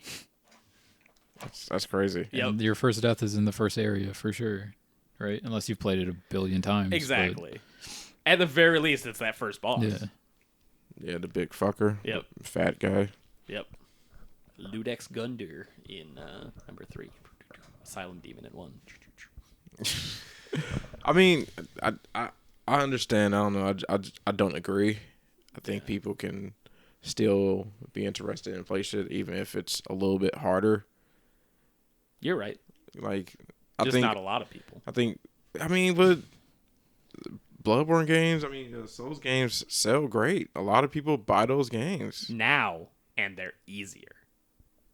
They're So- easier to just walk through. There's nothing to Sekiro's not puzzle easy, anymore. man. Yeah, but Sekiro's different, right? Because that was a it's not. It's easy puzzle wise, right? The combat isn't, what we're talking about. We're talking about puzzles. What would be one of the hardest puzzles? There's the puzzle boss, the monkeys. That's not Right. much of anything. I guess like the hardest puzzle would be that you need the puppet ninjutsu for the guy to hold the kite up. Yep. So you can go to a different area in the temple so that you can get the snake heart or something. But that's technically you don't Yeah, need that's to do that to optional. do anything. Yeah, exactly. You can beat the game without doing any Yeah. puzzle shit. And that's more what we're talking about, right? Is why there aren't puzzles in games. And the reason is because people don't give a shit. Yeah, but if people aren't going to finish the game anyway, then who cares? You're right. And that's why Darius is right. I wish developers stopped giving a shit about those motherfuckers. But they've got to worry about sales and reviews, right? Yeah. Like, because more people care about reviews than they should. And that sucks. Yeah. Because, like, no, I don't read reviews. Reviews can go fuck themselves. Every once in a while I'll watch some, but Yeah. Like, because I'll never wait for a review to drop on a game that I want to buy. I'll just buy it and play it. Yeah, And if yeah. it sucks, yeah, the Oh, last well. review I saw was Biomutant, and that was because I didn't know if I wanted it or not. yeah. And then it got a 6, so I was like, oh, I'll pass, but what he was talking about, I'd pass anyway. Yeah. But god damn it, I wish we were I wish I was wrong and I wish you were right. That developers would care about us. I mean, yeah, I just don't. I feel like if a puzzle is hard in Resident Evil 8, it wouldn't necessarily stop people from buying it. Yeah. If they heard, oh man, it's really, I had a great time. Some IGN dude was like, I had a great time. There's a really hard puzzle in the halfway point of the game. It gave me a lot of trouble. Like, is that really gonna turn somebody off? Well, Resident Evil's also weird because, like, I feel like Resident Evil isn't getting that many new fans. So Capcom doesn't actually have to care.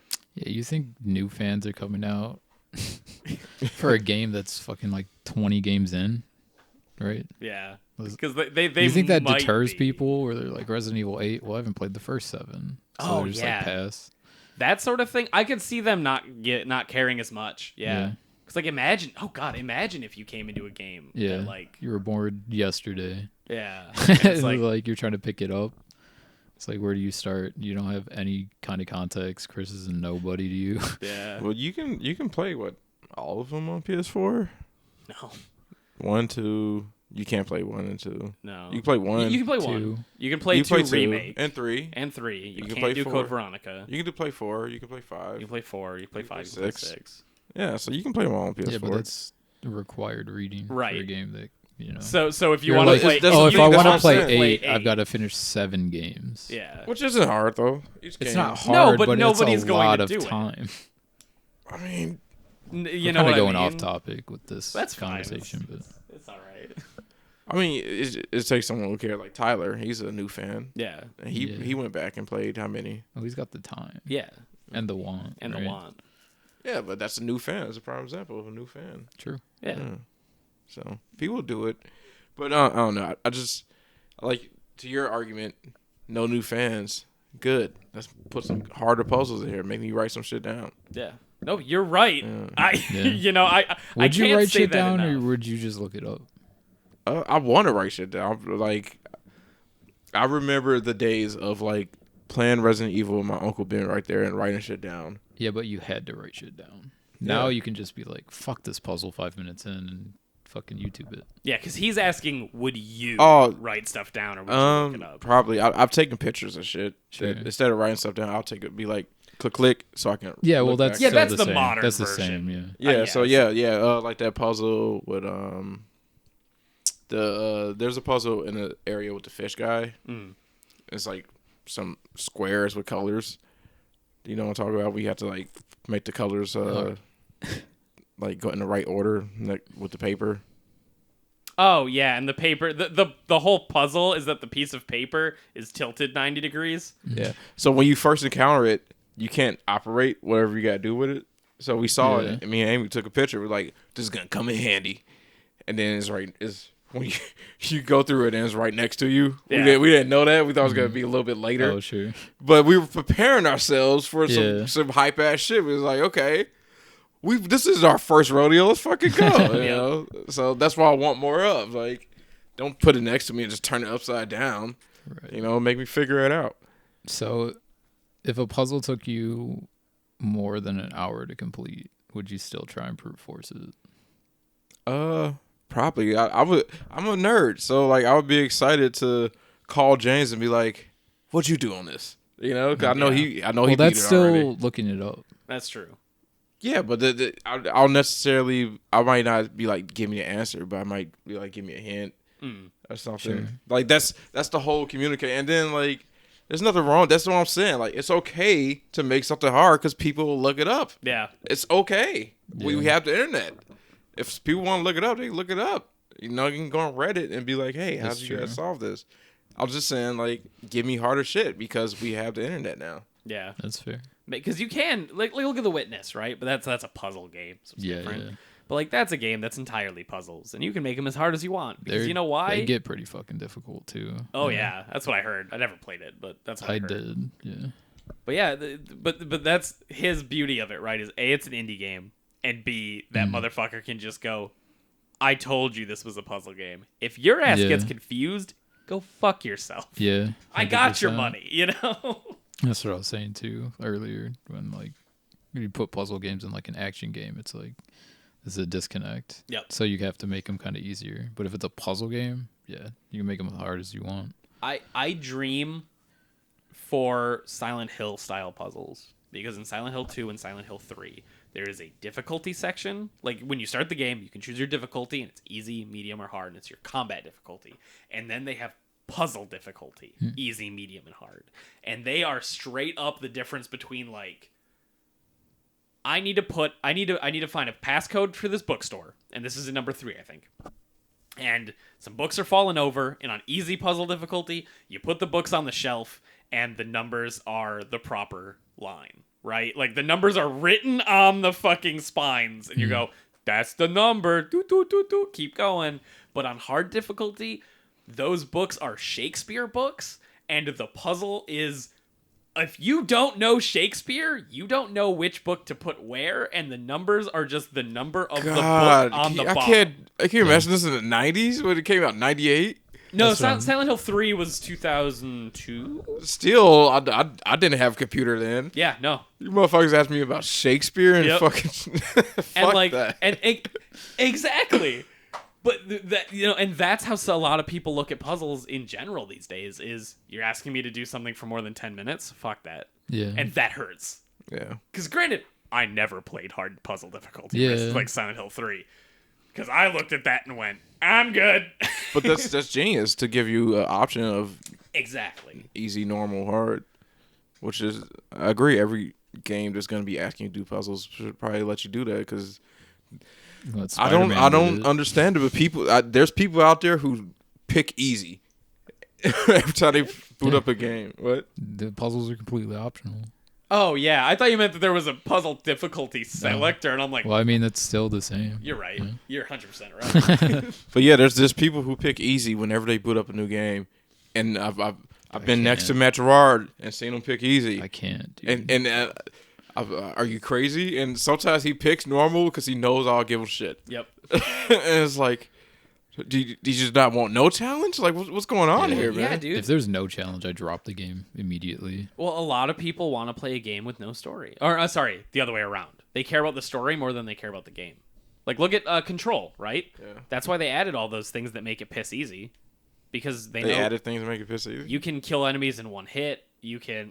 there are options in the options, and it's just accessibility. And you can choose how much more health you have, how much less health the enemy has. I never even knew that. Yep. I played that game. I think they might have added it in an update, so you probably didn't see it. But you can turn on one-hit kills. You can turn on invulnerability. You can turn on anything that just makes the combat easier so that you can just breeze through it.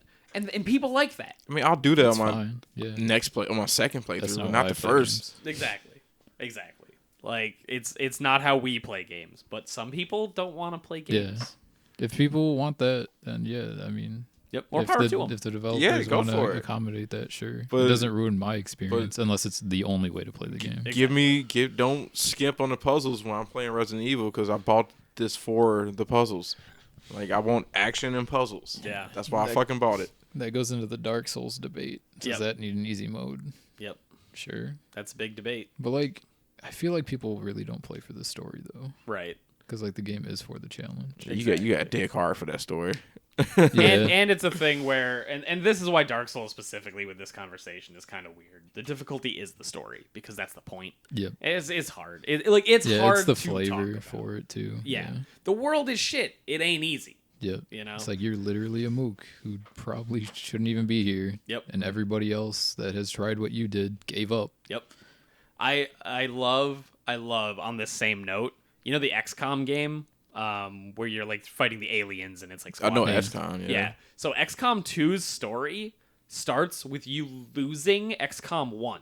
That's where the story starts. It's like 15 years later. People didn't finish it. Exactly. The developers noticed that less than half the people finished XCOM 1 and they went, that's why the world sucks in XCOM 2 is because so many people quit.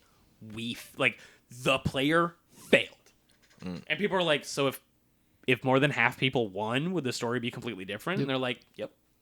They're like, we would be fighting off a different invasion. The Earth would still be fine. Yeah. We'd be going to other planets, but you didn't. Yeah. And that's a good way to do it. They kind of did something similar with Infamous. I think for 2 or the first one, they looked at, because you can go good or bad, they looked at what percentage of people finish the game first on good or bad. And I think it was the good ending that they ended up using for the second one. And I love that. I think that's super cool. Also, Darius, you've never played the Silent Hill games, right? No. We should totally play them sometime. I don't even care if we do it for the channel. I think you would legitimately love them, especially with this puzzle talk you're talking about. Like, the puzzles are nice in those games. I've heard nothing but, great stuff. No, I played Silent Hill Homecoming. You played the Resident Evil 6 of Silent Hill. But yeah, I've heard nothing but good things about Silent Hill. Yeah. If you're down to do it sometime, I'm 1, down. 2, 3, at least. Yeah. Yeah, those are the only ones you have to play. Shattered Memories is fine. It's a retelling of one, kind of. So, to go back to it, I guess. Yeah. When you were talking about the Shakespeare stuff, that requires required reading, right? Mm-hmm. Do you think that's acceptable? Like, if you literally, like, if there's like a small subject that this puzzle's built around and nobody has that information, like, why should they put that in a puzzle? I feel like if they do something like that, they should, at least in the environment, help you find that instead of just being like, here's, I don't know how that puzzle works, but let's say you had to put them in order for when they came out or whatever, the release year. And if you don't have that information, you literally can't solve the puzzle. Yeah. But let's say, like, you could open the books and it shows, like, the year that they were published inside of the book. And this does give you more. Like, you can actually read parts, I should mention, in those books to figure it out in the game. Yeah. So it's not just, oh, you don't know? Go fuck yourself. Yeah, go to the library, so you moron. Can't figure it out you can figure it out. Yeah. So continue with your thought, though. Well, just, is it... Should they force a puzzle to be that difficult, to where if you don't have this required reading, like, you almost can't figure it out, or you have to, like, get lucky, essentially? I feel like they should, if they want to make it that difficult, they should put little things in there to help you along. Not so much to make it, like, that easy. No, I agree. But if you have to be able to figure it out inside of that, like, the box of vacuum. Exactly. Yes. Yeah, I agree. And if they aren't going to do something like Silent Hill 1, 2, 3, right? Like, then you need to have something in the game that will let you you have to be able to figure it out in game. Yeah, exactly. I agree too, because that's what's some of the, like, cool parts about Resident Evil games, especially the early ones. You'll read a note early in the game, and that will help you in the puzzle later on. And it's nice because they don't do the thing that current games do, where they will just highlight the answer in the note. Yeah, because that dude, I just fucking cry whenever I see that. Even in, like, the new Resident Evils, they'll do it, right? Yeah, like it's triple underline, and that's the stuff I hate. Of, like, stop.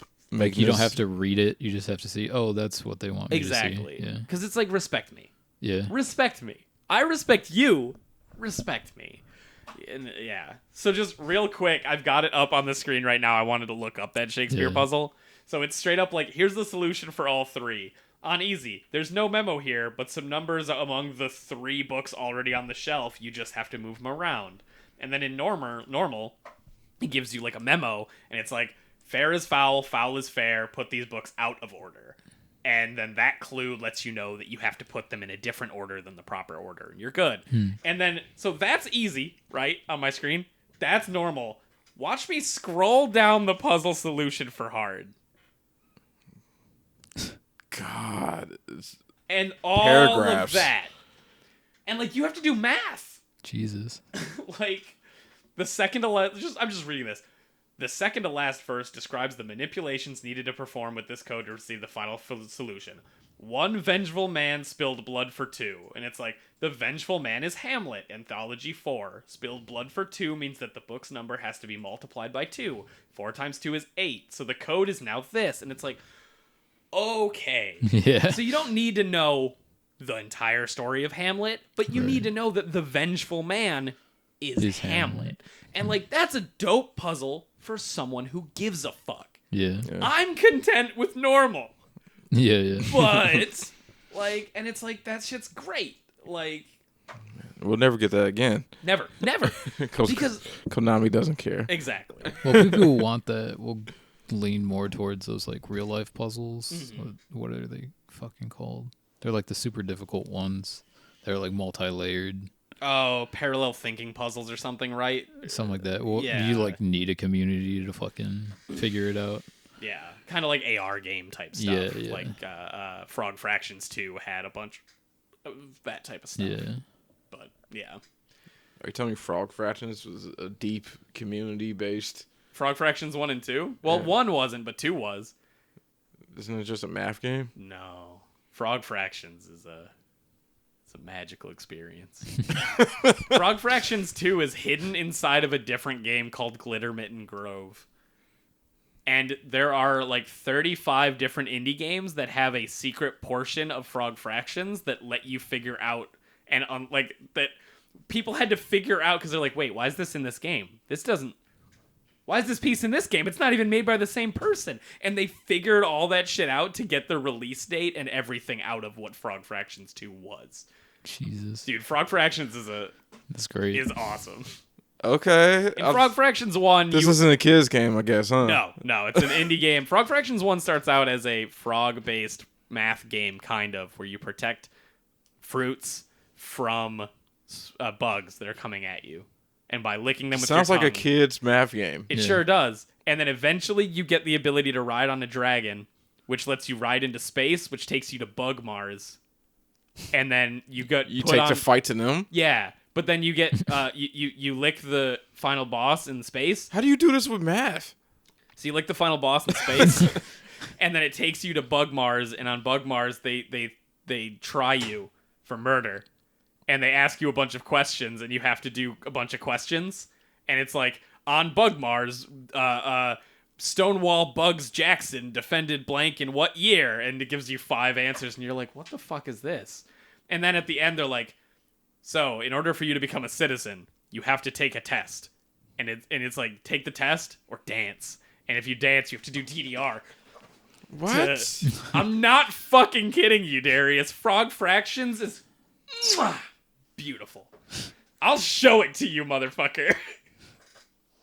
It sounds like a kid's math game. It sure does. Are you sure it's not? Darius. Yes, I'm sure. Okay. Oh, dude, it's beautiful. Anyways, that was a good conversation about puzzles, honestly. And, like, I guess the intelligence of... Mankind. Yeah, respecting the intelligence of people who buy your shit. Yeah. So I wish game companies could respect our intelligence, but I understand why they don't feel they should. You just look over your shoulder, see some mouth breathers, and you're like, Yeah. No, I get it. No, I It's get you. it. That's gotta hurt someone to see that only 10% of your, like, the people that played your game actually made it to Cared. the end. Yeah. God, fuck that. Yeah, dude. And straight up, if you go into the trophies on PS4, you can see the number of people that got the Yeah. trophy. Well, the And percentage. Yeah, the percentage. The number hurts on every single game. Yeah. Like, there isn't a single game that has one above I like 50%. I love to see the, like, Bloodborne numbers. Oh, I'll show you. Oh, those are probably gross. They're probably like less than disgusting. 5. Yep. For the best ending, probably less than that. Yep. Yeah, I'll show you when we're done with the podcast, because why not? It's fun. Yeah. Cool. Yeah, I like looking at the percentages sometimes. Oh, yeah. I'm surprised, like, Sekiro, I think, Plat Trophy has, like, 10% plus. Yeah. Which is crazy. It also makes kind of sense, though, because it's... Once you understand the blocking of that game... Yeah, it's pretty easy. Yeah. I would honestly argue that the combat is the easiest in that game once you understand it than any of the other Souls games. After your first playthrough, it's so easy. Exactly. But getting to the end of the first playthrough is pretty difficult. Yeah. Because I guess that's the difference, too, right, of in Sekiro, you can block all incoming damage in some way, pretty much. Yeah. Either by doing, like, a dodge or whatever, but the game trains you to literally perfect parry every hit. Yeah. So it's like, you're good. But yeah, That game's so good. it's fantastic. We got to play it sometime. I want to. I hope Elden Ring, they keep the combat Oh, Me at too. least similar. Me too. It doesn't have to be exactly the same, but something that's that much more skill-based than a Dark Souls game. I said I it. agree. I've said it appreciate 100 times. I'll say it again. Sekiro has the best combat in any game I ever played. Yeah. Yeah. Damn. Yeah. I think DMC5 has the most fun combat of any game I've ever played. Yeah. But I agree Sekiro's that the most, Sekiro's like- is It's a better. different kind of fun. Exactly. It's the most engaging. Yeah, that's the word I wanted to use. It engages you more. Yeah. Because I never sweat a fight in Devil May Cry. Yeah. But yeah. I know that I was like, like, you know, because there's nothing worse than perfect parrying an entire Sword Saint combo, getting really happy, and then just my health, because your panic just goes wild. You're like, Dude, it's even more fun when you get the patterns down, because then you can just look for like the minor movement for the start of the animation. And you're like, I already know what to do. Yep. And you just feel like a badass doing it. I'll say this about Sekiro. I think Makiri counter is the single best feeling dopest move fucking thing. in any game. Is that Putting the your spear fucking thing? sword thing. down Oh, on their yeah, fucking hell yeah. sword. And when you get it on bosses, It's so... Dude, that's why the game's so good. Because Yep. you can use that shit on bosses. Yep. And it's still difficult. It's so good. oh yeah, dude. The first time I did it to Sword Saint, I popped a half chub. I'm not gonna lie. There's this one move that he does that's always a thrust, and he like walks slowly to his left and then fucking thrusts you, and you can read it on that walk slow, and you're like, oh fuck, I'm gonna get you, bitch. Give me. Yeah, free damage. Let's go. Yeah, dude. And like you know that your version of Wolf steps on the spear and then just like licks his cheek for a little bit when he stabs him. It's Dude. just It makes you feel so strong. fuck you, don't Noah. You think- make me want to play Sekiro right now. I'll play it right now. I love it. I haven't played it so long, but fuck, dude, I love that game. Perfect. So yeah, good conversation. Hell's Paradise. Respect is Wait, more hell. before Hell's Paradise, there's just a funny thing that happened to me. So when I was like going to get coffee this morning, I don't want to lie, it wasn't this morning. It was a few weeks ago, but I kept forgetting to talk about it. It was last weekend, but A few weeks ago. This morning. It's fine. Last weekend. All right, no, I'm a liar. But yeah, it was. I think last Saturday. Sunday. Sounds like you're lying, dude. It sounds like you made this up. So 5 weeks ago. I watched a YouTube video and I Yeah, stole yeah. the story for this. For But this I was going to get coffee, and I like got in my car and turned it on, and I heard some like knocking around underneath my car, and I was like, "What the fuck was that?"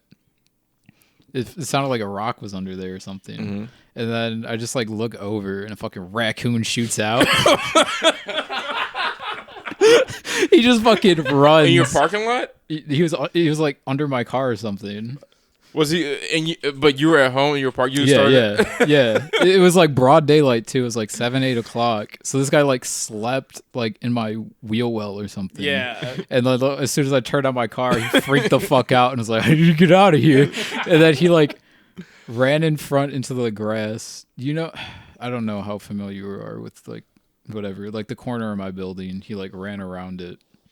And I was just like, fuck, there's a raccoon under my car. That was crazy. And he peeks his head around to look back at me, and he just doesn't know where to go. It's like daylight. He doesn't know where the fuck he is. He just woke up. He had no clue. And he was just like back and forth trying to go back towards me, because he's like, fuck, no, there's a guy in there. Yeah. Like, a guy. My car's screaming now. I can't go back. Oh, I It hope was he had just a good fun raccoon seeing him day. just like, I don't know what to do. Where do I go? Where's my home? I kind of had something like that. It wasn't a raccoon, but I got into my car broad daylight and like I just reversed out and started peeling away, and there was a skunk right where Oh, my shit. underneath my car like was, and he must have been sick or something because he wasn't moving very much. Yeah. But I was like, man, I was in danger zone. I could have got fucked. Yeah. You know? Oh, yeah. Got a At- fun skunk story.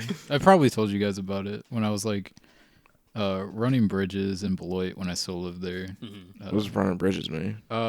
So on Riverside, there's like a bunch of bridges that connected over, and it's just called running bridges, but you just go around in a loop by going. That's Float? when through he was bridges. exercising. Yeah, it's you're like running? 3 miles So or you're something like just that. running? Yeah. Okay.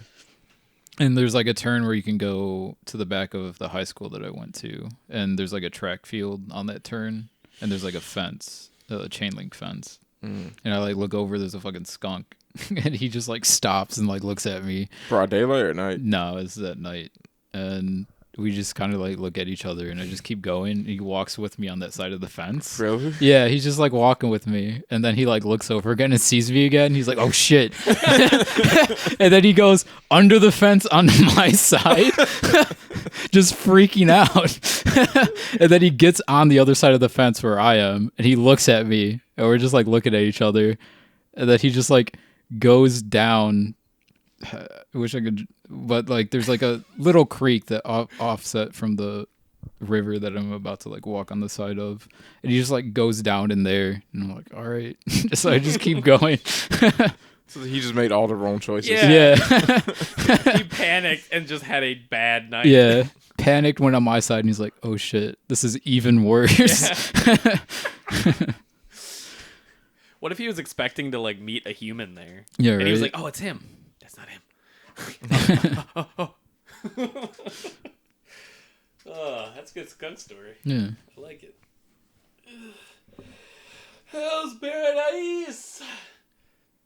Jigoku Raku Kaku something. I don't remember the last word, but Hell's Paradise. Hell's Paradise.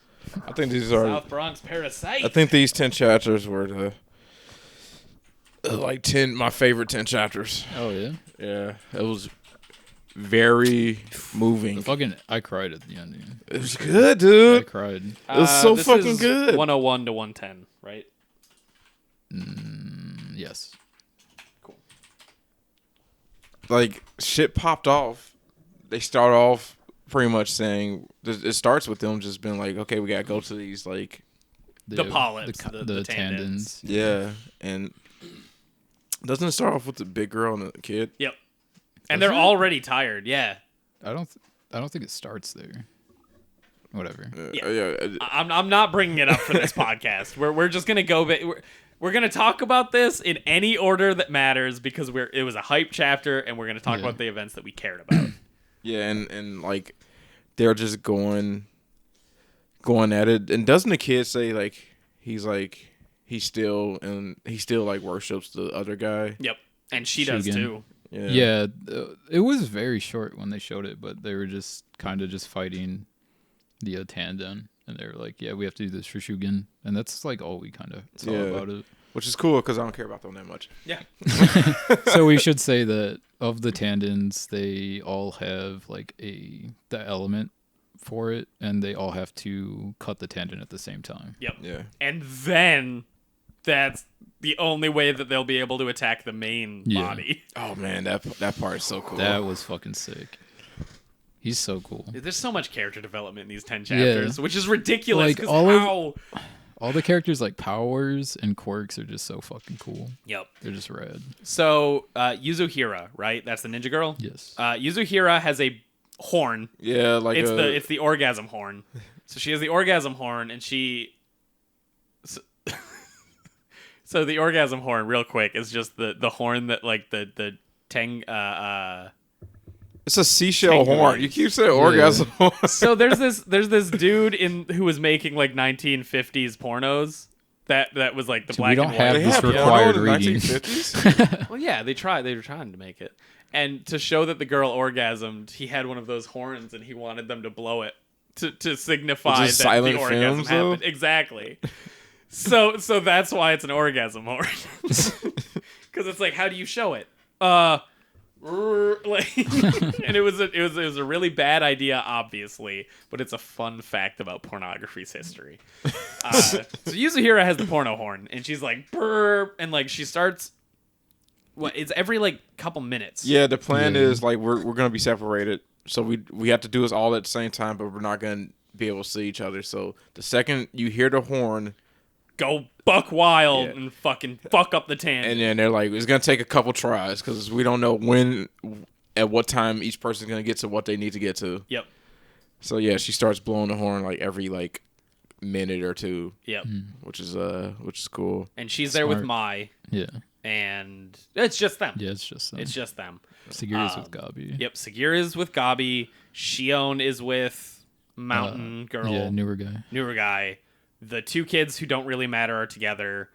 The Asamons. Yeah, the two Asamons. The brothers are together. Yeah, the brothers are together, which is obviously. Toma, Chobe. Yep. And then Gantetsu Sai is with I don't cool chill out the samurai. lazy, Yeah, with at the main body. Yeah. Okay, so this is the blind dudes with the girl. Yep.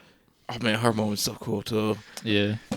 Dude, they all have such good scenes. Yeah, dude. So let's just start with. We're gonna end on the Chobe brothers because they end. Yeah. But let's start with Gabumaru and Sagiri. So Gabumaru and Sagiri show up at theirs. We should do that last. I think Second to last. third to last. Doesn't matter. Them, lazy Chobe. Because like the stuff leading up to that's not as Okay, important. so let's talk about Shion. Gabimaru is definitely more important than the other guys. Yeah. So we should probably talk about But them Chobe's last. is the one that needs to be talked about last because he ended the chapter. Yeah. 100%. Okay, so Shion and Nurugai. They show up Is on that theirs. the blind guy? Blind guy and Mountain Girl. Okay. Yeah. So they show up at theirs, and is this the one where they start attacking it, and the clones start coming out of the one they the face? Not immediately, but Yeah. yeah. So they're going ham on it, and they're just like, ha ha ha ha ha, fuck, ha ha ha ha ha, fuck. Like, Yeah, they kind of. So the way that everything kind of happens is that they're supposed to defend until the conch gets blown, and then they attack the tandon. Yep. So in that downtime, they kind of just have to survive. Yep. Which is a plan I don't want to hear, but you got to do it. Exactly. It never feels good to have your mission objective be survive. So they're cutting down Just random Doshi. Yeah, and that's fine. Yeah. And then the horn blows, and They cut it with one of the ninja infused ninja tool. Yep. And they're like, "We did it!" And He's Shion's like, like, nope, too shallow. "Yep, It's that gonna, ain't shit." Yeah, it's gonna take a lot more. And then because they cut it, it gets pissed off. You see, She's like, "Oh shit, what the fuck is that?" Yeah, because it like hurt the Yeah, fingers her fingers on got her cut off. hand. The And her 10 cent spirit. in the thing. Yeah. And she's like, "Oh, that didn't feel good. Fuck that." Yeah. Oh, this is Tao. It's pretty strong. I should take that. And then the guys start growing out of it. Yep. So multiple 10 cents start popping out of the fucking tandon that they're fighting, Yeah. and they're like, The attribute of tandon dictates which Tenzin comes out of it. exactly.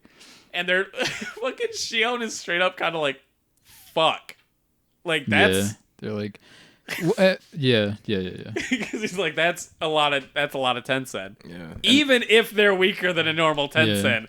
But they're not. Yeah. Either. Yeah, they're just as strong. I think Yeah. they said. Yeah.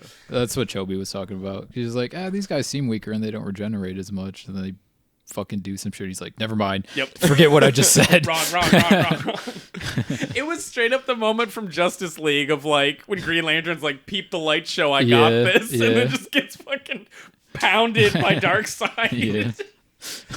Yeah. So you read this more recently, so you lead the charge on talking about these. Sure. Because I remember the vague bits and I flipped through it yesterday. Yeah. So, of like the Asamons that are just under Shugen, not much really happens. No, they don't talk about it too much. They basically just doing it because they love Shugen. And that's all we know. But Newer Guys was really good. You get the scene where Shion's just like, "Stay behind me, I'll protect you," and then you see the flashback to him talking to Shugen. Is it Shugen? I don't think it's Shugen. Would have fucking murdered him, and he went to Gantetsu anyway. Right. I forgot who he was. He was talking to the other two Asamons, but he's like, "I renounce my Asamon name. Like, I'm straight up done with this shit. Like, all this ranking garbage is fucking dumb." Yep. Like, He says, "I'm going to take her. I'm just going to go find a place where we can just live." Yeah, he's like, "I know for sure that this person's innocent. People change, and killing this person like you want me to is just going to besmirch the Asamon name, so I renounce it." Yep. So strike me down if you fucking want, but I'm not an Asamon anymore. So he doesn't have to kill her, and he's like, "Yep, we're just gonna fuck off in the country, find a new place to live, and live together as I guard her." Yep. And then you see her just kind of hating it, and then she just remembers every single time that he's done something. It's just that one hand behind that's like, "Stay behind me," which I love, dude. And then she's like, "Nah, fuck you, dude." This whole time I was like, "Man, she hasn't done anything. I'm waiting for her to do something." Even when they fought the Tenzin, I was waiting. I was like, "How are you gonna survive? You don't know anything." She finally steps up. Yep. She finally steps the fuck up, dude. Yeah. And then with the dude's sword. With reason though, Shion was overprotective because she still didn't have Tao. Yep. Yeah, And and he she's was also 10. Yeah, but it wasn't because she's 10 that she didn't have Tao. It's because she literally doesn't believe in what she doesn't see. Yeah. And because of that, she was unable to do it. But she kind like of Fuji renounced and that too. Gantetsusai. Yeah. And then she just believed, and she kind of unlocked it Yep. by running past him in front of him and protecting him. Yep. And she's And it like, was so good. yeah, it's like, I'm down with this plan, but I don't need a guardian. I'd want a partner. And she's like, all right. Yep. All right. Dude, what a good scene. How are you still putting character growth Exactly. into... It's so good. There's only 20 chapters left. Right. Like, what are you fucking doing? I honestly thought that Arthur kind of didn't know how to make her fight, and he just kind of that's why he kind of didn't let her fight.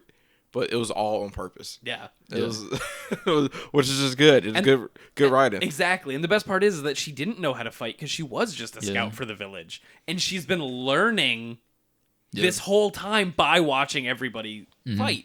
So it's like, oh, fuck. So, like, she's coming into her own because she's internalized it. Like, so good.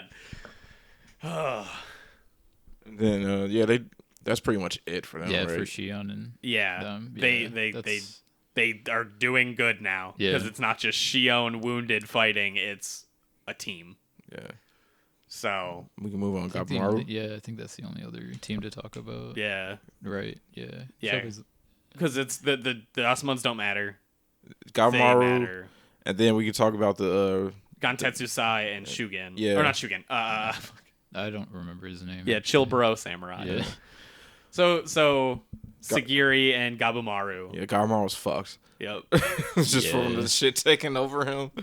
Yeah, the entire top of his face is just rooted. Yep. And when he takes off his mask, it's like he has a suntan or some shit. Yep. And then they're fighting, and then the worst possible thing happens as they're trying to fight. The And I fucking knew- bitch shows up. I knew she would. The fucking bitch shows up, dude. The crazy bitch who's weirdly in love with him.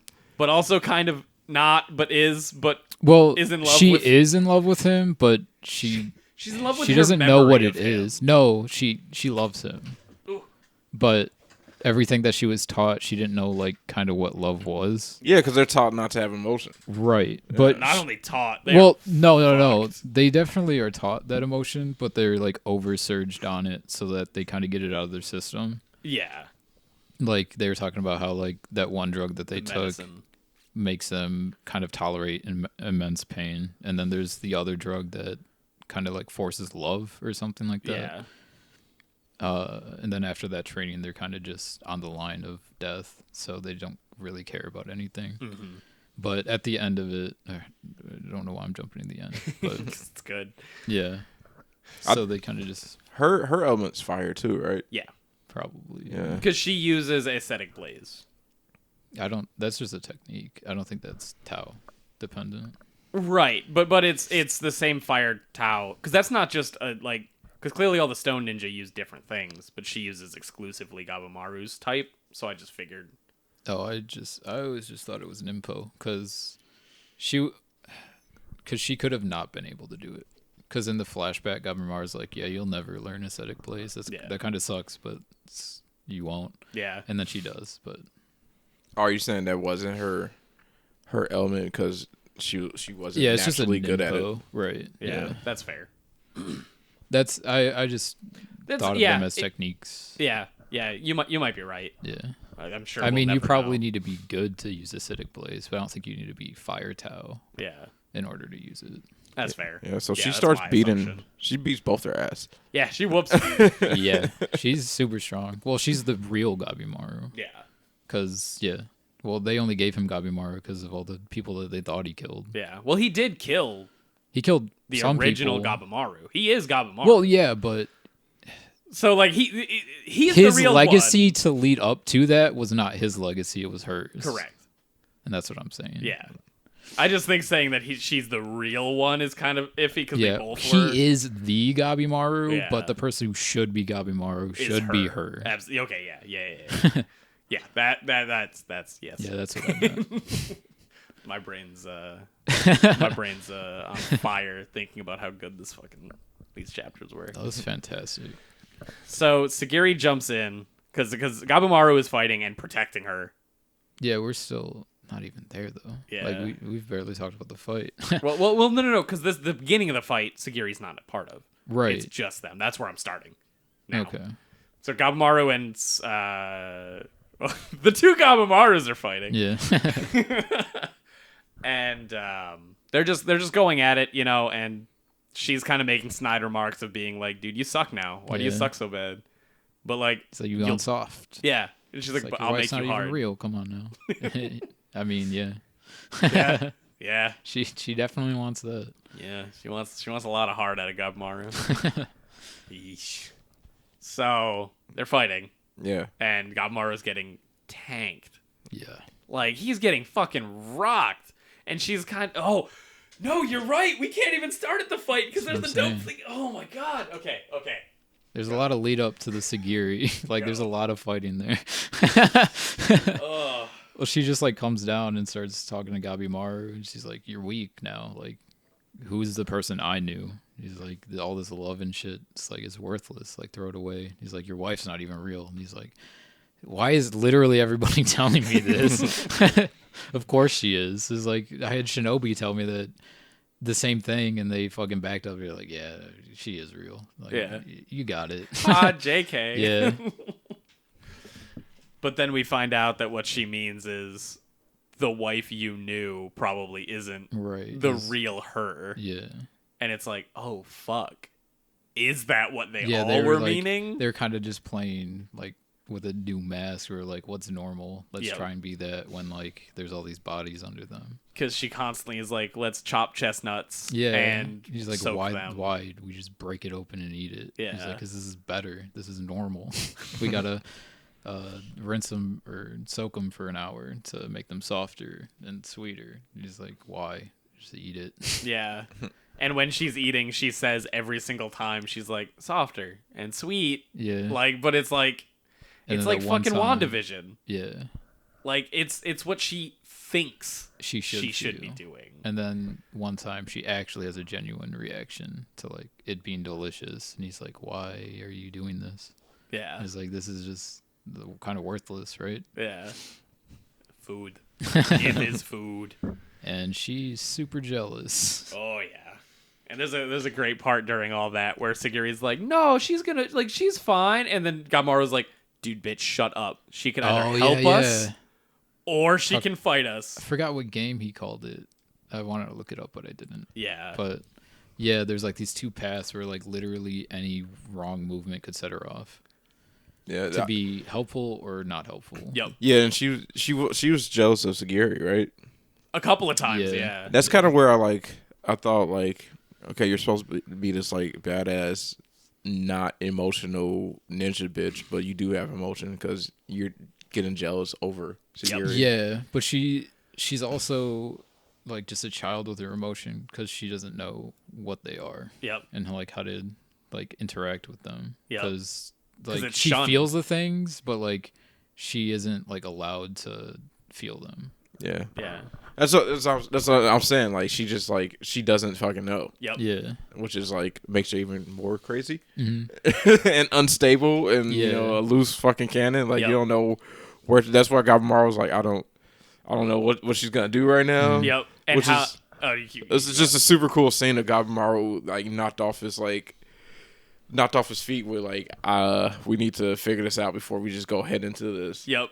And then Gabimaru's great, and I didn't expect it because he just straight up goes, "No, hang on, everything out in the open. I need your help.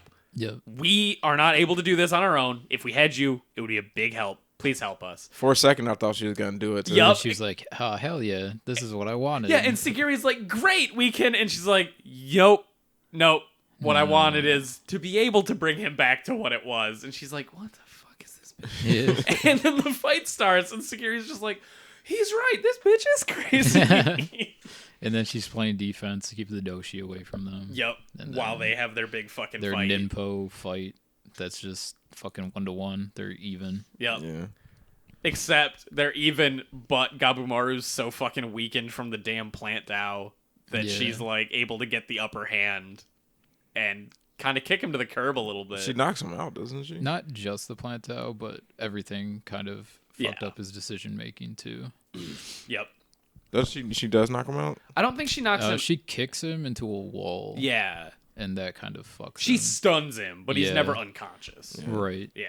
And then he just kind of breaks out of it by literally getting confirmation that she's real. Yeah. And that's all he needed. Yeah. Yep. He was like, and it's great because Sagiri stands up to her and she's like, I can fight you. Fuck this. And she does pretty good for a bit before getting kind of fucked up by the ninja tools that she was using.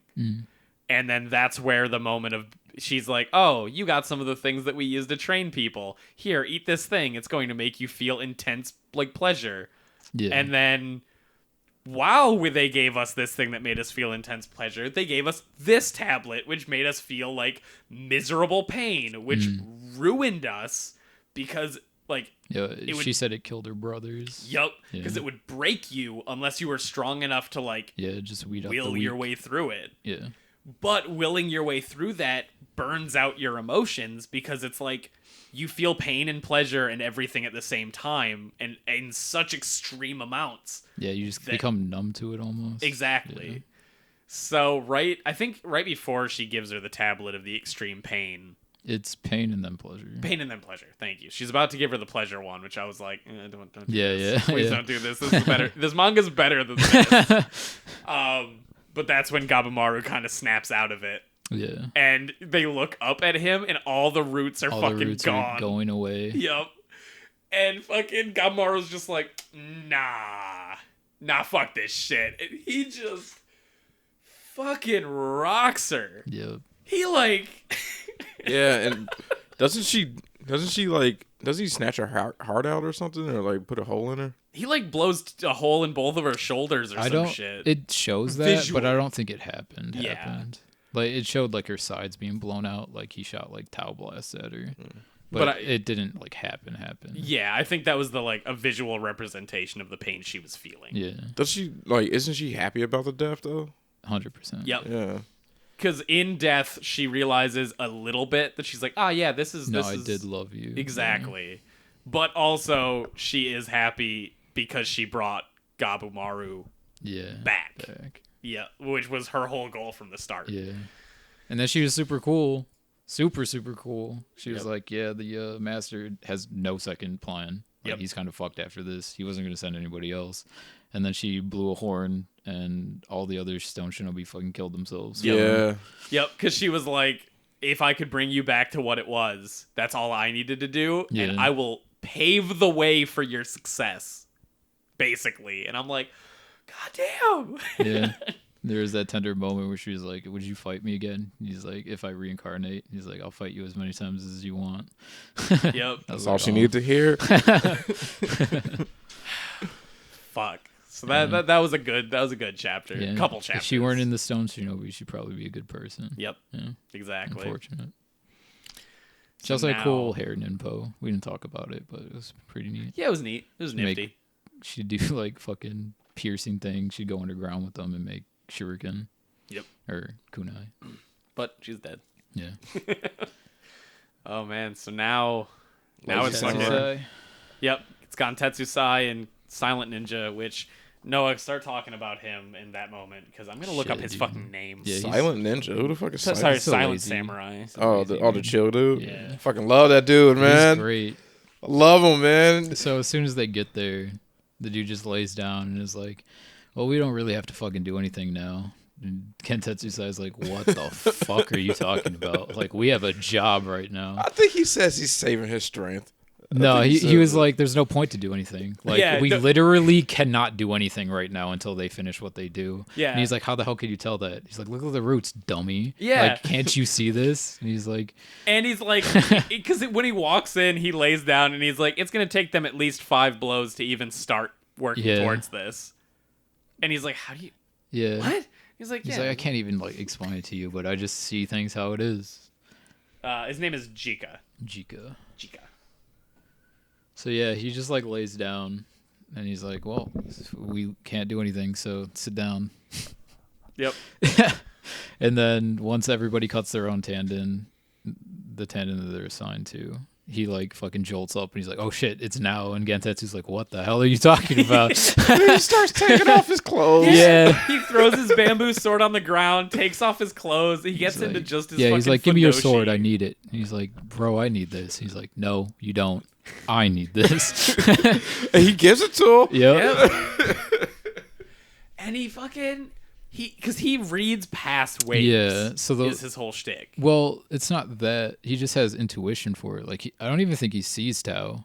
He just knows that shit's gonna happen. Right. Like he can see the future. So like as he's walking up to the Banco, he just like looks over and he sees like, oh, if I stand there, he's gonna fucking take my head off. So Yep. I'm not gonna do that. And then like everything just starts getting darker and darker to show a path to where he needs to go. And he's like, oh, like this, like I this. can't wait to see this animated. Dude, This it's animated, gonna be sick. Dude, if It'll Mappa gets make- it, dude. But this scene will make or break this whole Chobi's end fucking part. Mind Palace. I can't fucking wait for that too. Yep. But that's besides the point. We're that's- not there that's yet. later, We're that's not there yet. So yeah, Jika is just like gently Literally walking fucking his way up. Kwisatz, Haderach, fucking future vision, Yup. perfect path.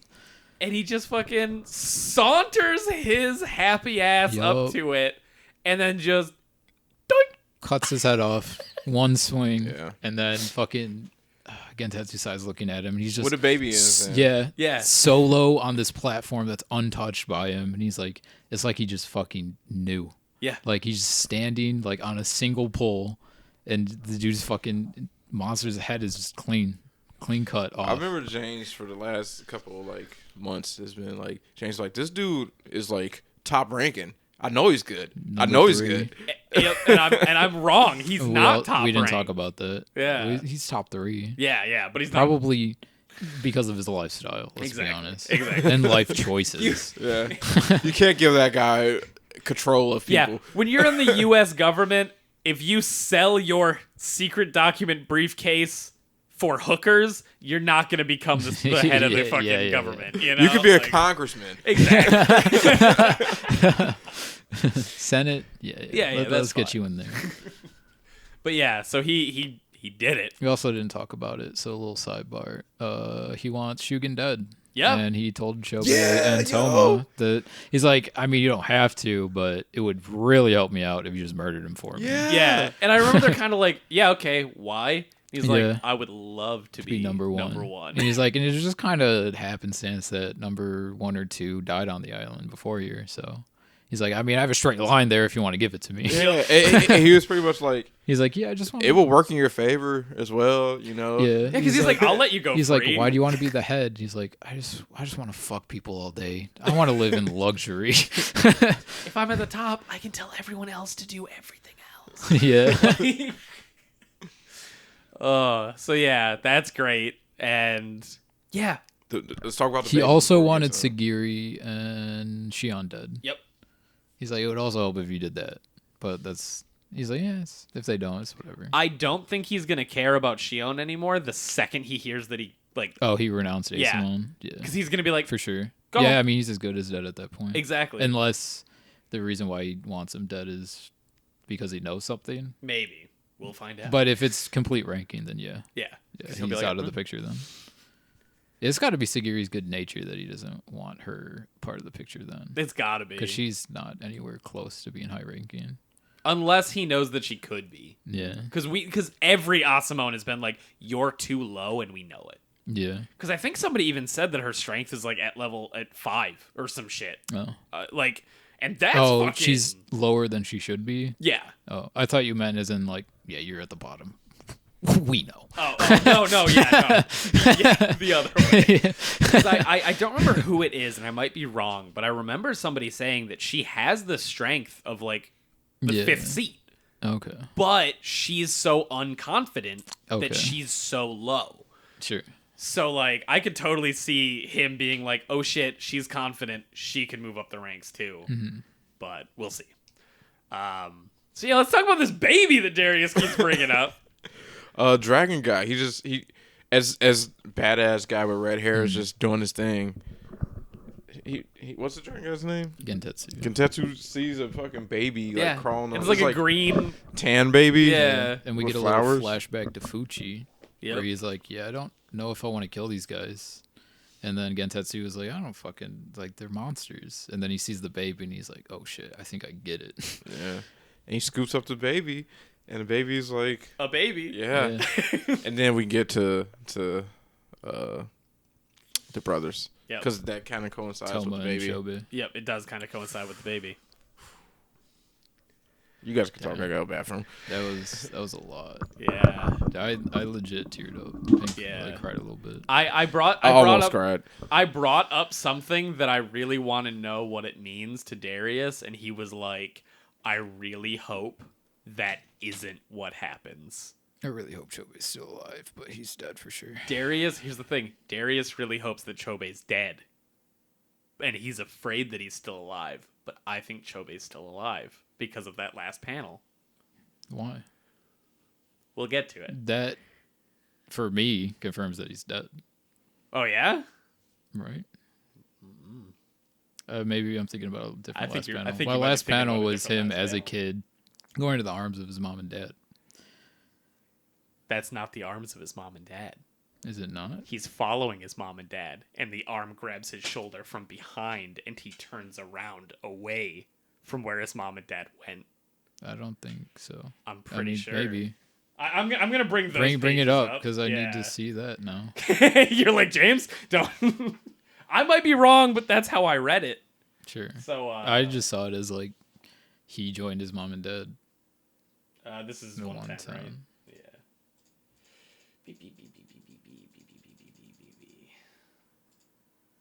So, yay, running towards his parents. Yeah. His parents are in front of him. He's running towards them. Who's grabbing him back? It's got to be Toma. It's got to be If Toma. it's anybody, it's Toma. I don't know what he's grabbing though. Like Right what he's here? holding on to. His tandem. Is that That's his tandem. okay? Yeah. Then he could still be alive. He could be Alright, still be that's alive. fine. Or here's the way it could also be read, right? This looks like Toma's dead too. That like pose of like being down and whatever, and then another person shows up in the spirit world. It could go either way. The next chapter is going to change the world. You know? Yeah. So this is great because you know how you I don't think you heard me. You're afraid that he's still alive. Yeah. You hope he's dead. Yeah. Noah's the opposite. He's afraid that he's dead. He wants him to still be alive. Man, but it's the Dude, sacrifice means so much if he's dead. Yeah, that's true. Like it means a lot that he died. Yep. But like I love Chobe. So if you guys didn't figure it out, Chobe fucking possibly dies at the end of this Yeah. chapter. So I guess we'll start it. I mean, they're fighting the Doshi and Tenzin that are coming out of the Yep. flower. And it's the brother and sister that they fought earlier. Yep. Yep. Well, It's a lot. Yeah, there's a lot to talk about here. I mean, Chobe is fucking tearing it up. Yeah. Yeah, Chobe's tearing it up. Toma's tearing it Yeah. up. All right, they're losing at Yeah. some point. Chobe notices that this is going bad pretty fast. Yep. So I just fucking love it where he just like stops in the middle of the fight and he's like, all right, I have to be objective and look at this completely at the own. So it goes into like his like mind vision of the scenario and his mind vision. is so cool. It's a fucking theater stage. Yep. And he's sitting in the fucking audience looking at himself and his brother fighting these Tenzin. Just like, all right, what needs to happen? What's going to happen? How can I do this? Yep. And he's like, well, the only way out of this is if I give myself over to the plant and it'll fight for me. He's like, I know my body will hang on to protect my brother. And once that's done, then that's it. Yep. Like, all and that's I need. fine. As long as my brother makes it out, that's all that fucking matters. Yep. So he pulls a Resident Evil and he goes fucking super mode. He Yeah. turns into fucking Just all Ultra Yup. tyrant And then once he Chobe. unleashes it, it shows back to his mind palace and it's all overgrown in roots. And I was like, fuck, that's so dope. And then what's also really cool is that he can conversate with himself on different timelines because they're all in the audience with him. Yep. And I was like, fuck, that's awesome. so good. It's so this, good. This is on the other spectrum. Both of these are good situations, right?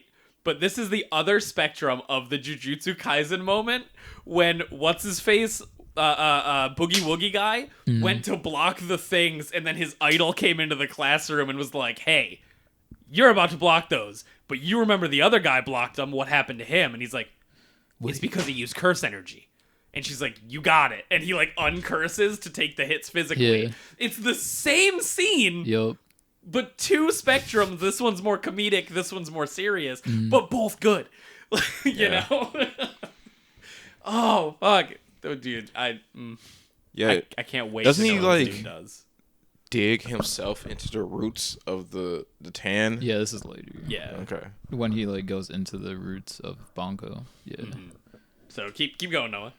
But yeah, so once he figures that out, he just gives himself over to it, and his brother's like, fuck, to like, stop doing this. But what? It's almost after that he attacks the roots, kind of. Yeah, I think it's roughly. Yeah, but during that, he realizes that, like, he doesn't have much time left. Nobody else probably has much time left. So the only way that he can really do anything is if he goes into the roots and destroys the tendon or the roots to just disconnect it. It's like, why fuck with cutting tendons when you can just cut the roots, and now it no longer has that. Super smart. Yeah. And he's the only one who can do it. Only one who can do it. Yep. So he just gives himself over, breaks all of the roots, and then that's when Jika was like, oh fuck, now's the time. Yeah. Where he realized he was the only one that can do it. The most selfish motherfucker on the island. He would kill people just from seeing him. Yep. In the very beginning, dude. He started off such a badass piece of shit. Yep. And he made the ultimate sacrifice because that shit killed him. Yep. And then it goes into a, not flashback, but into the death scenes, like how Senta got. It's a flashback to him and his baby brother where he's holding him. He's like, oh, he's going to fall apart. He's going to fall apart. Yep. He's like, he's not tofu. He's fine. He's like, his head's not stayed up. He's like, he's a baby. Can't keep his head up by himself. Did you see the beauty about that, about him, like, shaking apart, too? No. Is that before that, he's screaming at the roots and the thing to come apart? So you get the opposite where he's like, come apart, god damn it! But when he was a kid, he was like, I hope he doesn't come apart. Oh, shit. So, like, Damn. Dude, this dude's so good! He's great. And then Toma grabs his, like, hair as a baby. Because he's, like, trying to keep himself together. Yep. And he's like, you're a big brother now, Chobe, so you should protect your brother. And he's like, yeah. He's like, yup, that's all I'm ever going to do. Oh. And then, fuck. And then he goes back into his mind palace one last time, and he's seeing his own death from outside. Yep. And he's like... And then he looks to the audience, and his mom and dad are watching. Oh, fuck. Oh, fuck. I'm going to start crying. And he's like... And he straight up tells them, Mom and Dad, I stole, I killed, I did everything. I was a piece of shit. But goddamn it, if I wasn't a good brother. Yep.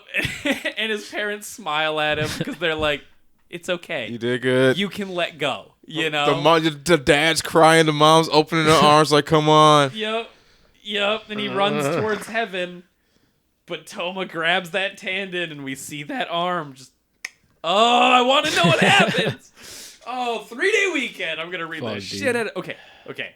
So, after this happens... The baby in Gantetsu's... While Chobe did all that, the baby that Gantetsu-sai was holding crumbles into a skeleton, and he looks fucking shaken.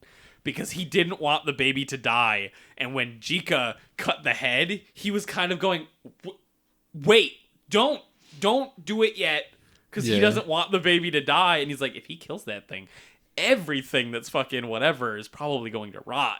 And he kind of has that moment of like... Can I let this baby die? And the answer is, you have to. Yeah. Talking about that, we also didn't mention, but Gantetsu got fucking humbled. Yo, yeah. So Gantetsu's stick was that he wanted his name to be Legends, and he found out that that's not gonna fucking happen. Yep.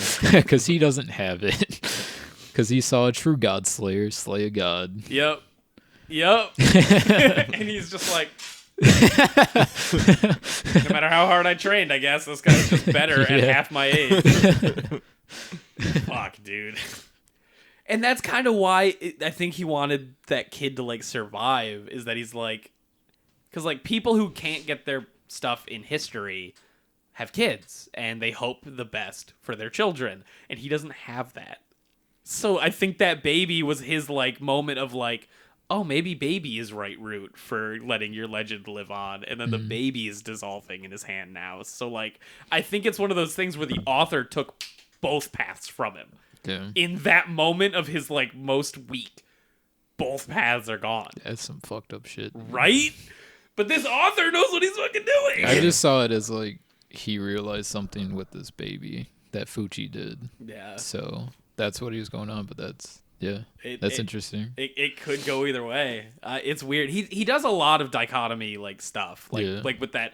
Oh yeah, break a apart. Bunch of duality. Exactly, and like just that theme. That's clearly the theme, you know. That's also Tao as like a thing. Yep. They talked about it like with yin and yang. Yep. And all of that. Oh yeah. So yeah, dude, these last chapters were really, really, really good. Yeah, we got 7 more to go. 17. 17? This is 127. Aren't we on 120? We're on 110. Oh, okay, never mind. Then. Yep. So that's what I was going to ask you guys. Are we doing 10 and 7, or are we doing 17? And then we just come. If we do 17, we'll just explode and be like, ah, on the podcast. I'm okay with 10 and 7. I want to do 10 and 7. Okay, cool. Yeah. I thought we had... yeah, I guess I was wrong. All right, so we got 17 more chapters left. Yep, and I'm okay with that. Yeah. I'm okay with that. Dude, Chobei made the ultimate sacrifice, man. Hopefully. Or hopefully not. Depends on who you ask. He came in as the worst scum of them all. Mm-hmm. The worst scum of them all, man. And he was the only one who could make the sacrifice. And I would never thought this when I saw him in chapter 10, when he was just killing everybody, or chapter 3 or whatever, I would never thought he would make the ultimate sacrifice in chapter 110. Like, straight up. To be fair, he doesn't give a shit about those people. Yeah. He only did it for his brother. Yeah, but at the same time, he knew that I had to do this so my brother can live. Yeah. And the ultimate sacrifice is giving up yourself. Yeah. It's insane, dude. And he could have, like, started attacking everybody. But he figured out, oh, I got to work with these people. He wasn't a douchebag. Yeah. He was just evolving as a character. I will say this. I don't know if I'd say he like learned to be a better person. He only did that stuff because he knew he had to protect his brother. Yeah. So I don't think it's outside of his character to do things like that, even though he was like a murderer. I don't know. As long as whatever he needs to do helps his brother, he'll do it. I think he evolved as in like working with other people because he had to. Yeah, which is like. But that's what he always did. That's different. Yeah. That's yeah. I disagree. I don't think that's what he always had to do. I think when he first came to the island, he was just terrible, crazy motherfucker attacking people on sight. He didn't attack people on sight when later on in these chapters. Yeah, but he attacked those people on sight because he knew he had to weaken the numbers, and that's what they wanted. Yep. So, and he did that in service to get the potions that he and his brother could live forever. So it's still in service of his brother. Yeah, but I honestly think that the ninjas, the samurais that he met, he talked to them and did not attack them on sight.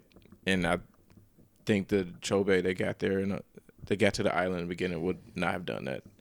He would have attacked them immediately. No, I think I agree with Noah, just because like when he was that surrounded, if he had attacked, they would have killed his brother. So like giving himself up like he did was the only thing to keep he's him a safe. cocky dude. I think he thought he could took him. No, he's smart though. You I know? mean, yeah. He got his ass killed, and it wasn't that smart because he attacked the Tencent on sight. Well, he got killed and thrown in the pit. Because he had to.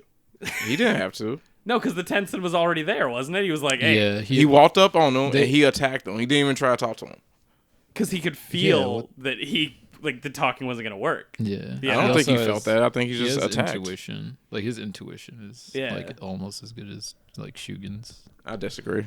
We can agree to disagree, but that's fair. We can agree to disagree, but I think everything that he But- does is in service of his brother, and it doesn't matter what needs to be done. As long as it helps his brother, he'll do it.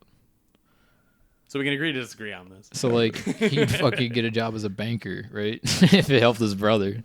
I mean, I'm not gonna talk about this anymore. Yeah, I was gonna That's say fine. I was like, Darius dropped it. You Alright, can't.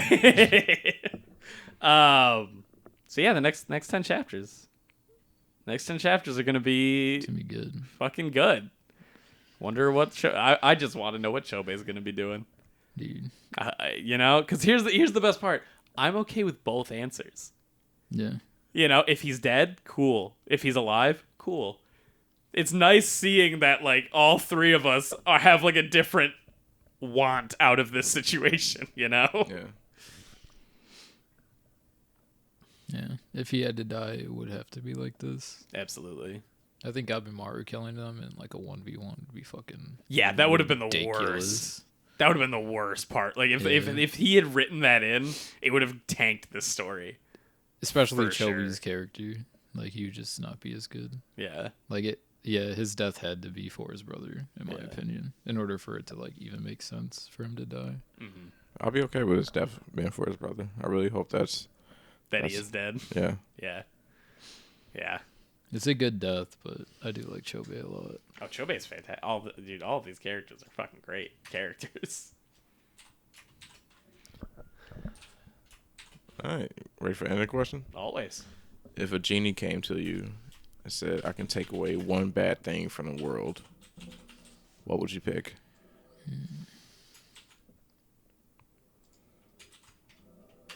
Death. Human sentience.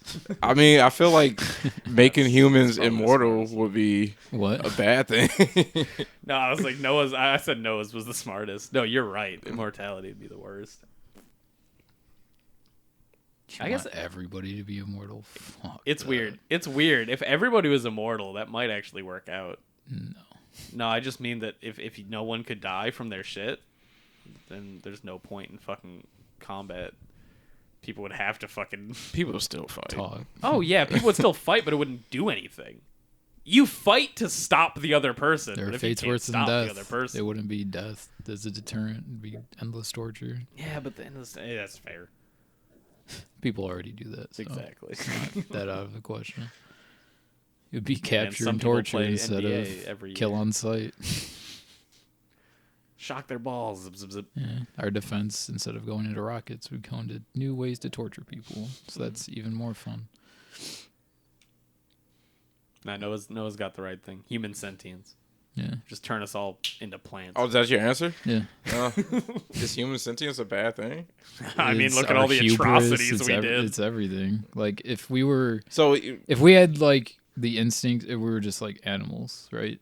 Like, we wouldn't have like this, we need more almost, right? Like, we wouldn't be able to like think about our deaths and like all of that kind of shit. It would, I don't know, it would ground us, I think, for sure. That's interesting, though. I would never thought anyone would have said that. Yeah. Well, you, James? Well, I think if you want to fix problems, Yeah, if this genie says to fix problems. That's definitely the most extreme thing you could do, but Yeah, that right there is the problem solver. yeah. That I don't know if solves that's what you would every want problem. to do, but if you want a nuke to clean your kitchen, that's definitely what you want to do, They man. cleaned it. Didn't get rid of the roaches, though. Goddamn. God, I don't even know. It depends on what the definition of a problem is, right? Just fucking end all resource problems. Period. Yeah. No, I said bad thing. A bad thing. All right. Scarce resources. So everybody has everything they want. Exactly. Everybody Everybody gets a Nobody computer can that want lets you for literally anything. fucking. Oh, how much steel do you need? 2 tons? Dial. Boop. I got 2 tons of steel. Like, how much water do you need? All of it, please. I'm so thirsty. You know. Oh, I was also thinking about it, but with fuel being like a limited resource, at a certain point, we're no longer going to be able to send things into space. Yep. So we got to figure it the fuck out soon. Yep. Or Well, we're they stuck already here. kind of do. Kinda. I Yeah, mean, we with the still can't asteroids. terraform. We'll figure it out when we need to figure it out. We don't need to figure it out right now. So Yeah, no we one don't gives a need fuck. to figure it out. It's just like I was telling James with like how like fucked we're treating the world and how the world's changing. No one cares right now. I was also thinking about it, and I was talking to James about it, but like we can't kill this planet. Yep. Like we literally can't. Like I'm not saying climate change isn't real and that shit isn't like a problem, but it's a problem for us. Yeah. It's not a problem for Earth. Like the only thing that we're really doing is killing our entire species. And while that's bad for us, it means nothing to Earth. I mean, like, it's the problem solver that you suggested, you know? Yeah. It's a bit more extreme, right? Complete genocide of every living thing on this planet, but on a long enough timeline, the Earth doesn't give a shit. Yeah.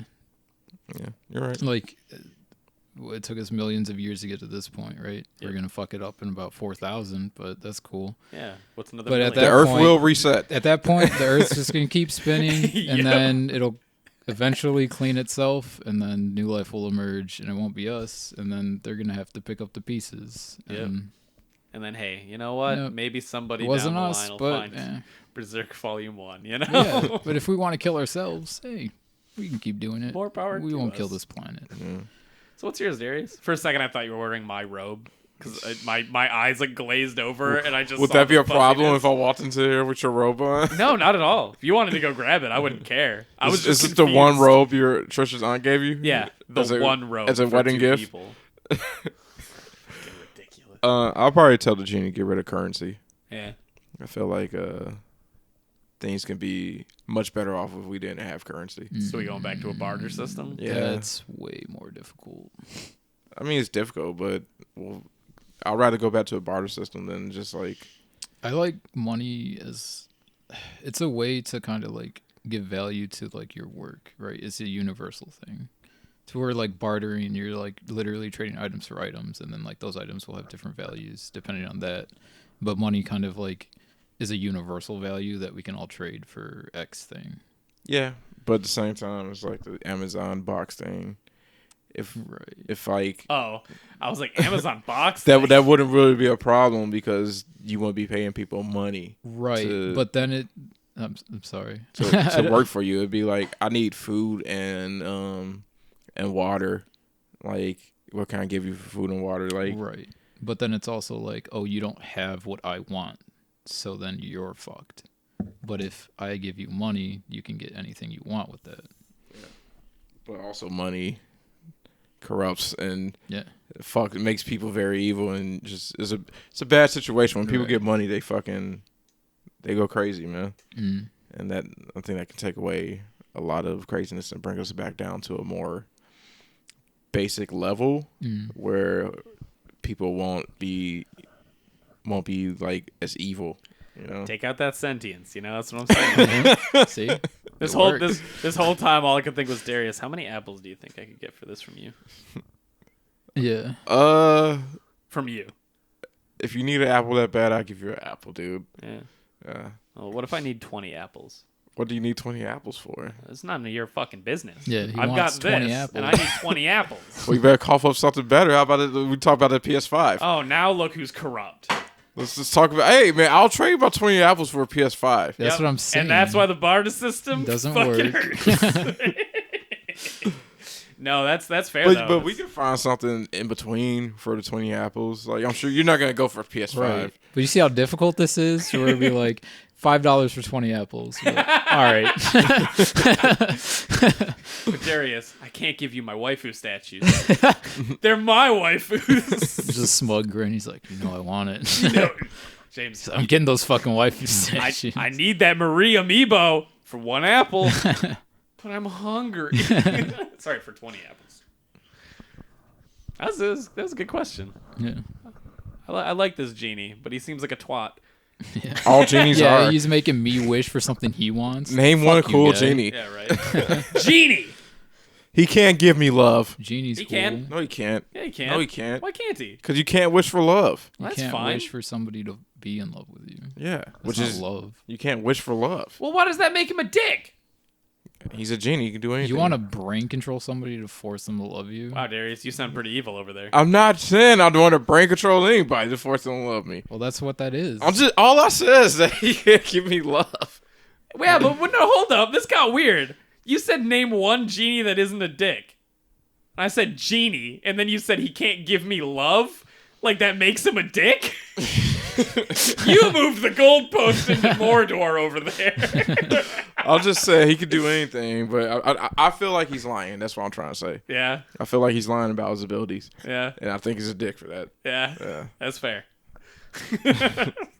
Thank you for listening to me. Even as a kid, I was like, he's lying. He could do anything. But, that's child Darius that's still hanging on somewhere. Yeah. So he is a dick. He's a dick because he won't give me everything. Gotta bring out that barter system for that genie. I will rub your lamp 2 more times. What can I give you for one more wish? Oh, fuck. She's like, I can literally make anything I want. Yeah. What the fuck are you going to give me? I'll go back into the lamp. Fuck you, Aladdin. Dang, what could you give a genie to make him give you another wish? Freedom. My 4th wish will be for your freedom. Just give me 3. Yeah. And he's just... All right. That's After 3 fucking flies away, and it's like, gotcha. Yeah. Well, I mean, you still get 3 wishes. So, Yeah. That's on him at that point. I guess nothing really changes for him. He just didn't think about it. Yeah. Every time I think about genies, I feel bad that the first genie I think about is the one from Fairly Odd Parents and not Genie. There's from a Aladdin. genie. What? There's Fairly no Odd Parents? fucking way, dude. What? How are you so corrupt as a person? Because I've never seen Aladdin all the way through. What? I've told you guys this. I've That's, only seen the best 3 Disney movies all the way through. What? Lilo Why? and Stitch. My family wasn't a Disney family. I don't know. Yeah. Every American family was a Disney family. Right? I watched Hercules all the way through. That's a good one. That was one of my favorites as a kid. Hmm. I watched Hercules. I watched Lilo and Stitch. Yeah. Well, this is why you think Hawaiian Roller Coaster is the best Disney song. Hawaiian Roller Coaster is the best Disney song, but It's a mid-tier song. whatever. You think It's Hellfire pretty is mid. fucking the best. Hellfire song, is so the best villain Disney song. That's 100%. We can't Like, listen to anything there you say 'cause you literally haven't is seen no a Disney debate on movie, this. James. You've So? seen 2. Hellfire is the best villain song in Disney. So you There's never seen literally Nightmare no Before Christmas? debate. No, I've seen that one. Okay. That's barely a Disney movie. I mean, it's still a Disney movie. Yeah, but it's barely a Disney It's movie. in Kingdom Hearts. It's a Disney movie. Yeah, but it's barely a Disney movie. You never seen Pirates of the Caribbean? You know those don't count with what I'm talking about, Darius. You don't be a Animated twat. Disney movies. I haven't seen more than 3 of the Disney classics. Little Mermaid? You've There seen you the go. MCU movies. Those Disney movies. You ever seen Little Mermaid? No. Wow. Yeah. Little Most Mermaid's of my great. Little Mermaid shit, Darius, is from fucking the dumb, shitty songs from Kingdom Hearts 2. Little Mermaid's... No, I don't think it's a good movie. Also, how about that for a simulation, Noah? Oh yeah, it's true. We saw Little Mermaid 2 on PS1 Yep. at half price. We almost bought it. On PS1? Yep. Yeah, dude. Is it the one with her daughter? 30 minutes Yeah. of The VHS sequel. footage on Correct. the disc. Yep. It's a feature. And you didn't buy It also showed Yeah. Ariel saving a drowning Eric. Yeah, it And he's said- just like floating in the water with bubbles coming up. Yeah, one of the pictures and back of the box quote was "Save Prince Eric," and we're like, And he's like mid, like there are fucking water in his lungs already. Yeah. There's no way. and we were just like, "Is that really something you put on the back?" It's like fucking being like, fucking what? GTA 4 comes out and it's like, buy a hot dog at a hot dog stand. It's like, is that really the standout feature in GTA 4? Thank you for listening, everybody. This was a double wide fucking podcast. Thank you for taking time every day to listen to us. I appreciate it. Sounds like a porno. Yeah. I don't think you've seen that video. Bring so out the conch. good. I can show you that video if you want. I'm fine. I'm fine. It's not pornography. It's on YouTube. I'm good. All right. Yeah, dude, you like the 2 porno videos I showed you off YouTube? Not really. You just showed them to me. You enjoyed them. I know a bitch when I see one, Darius. Thank you for listening. We're so best. sorry. Steam than game's the still up rest. for grabs. Forever and always. Forever and always. All I need is a message. Somebody befriended me on Discord. What? Yeah, but then they never sent me a message, so I was like, and then they never This sent is me one. it. I was like, This is what we play yeah, for. I was getting so excited. Thank you. Goodbye. Enjoy the rest of your evening, life, morning, commute. Bye. Fuck.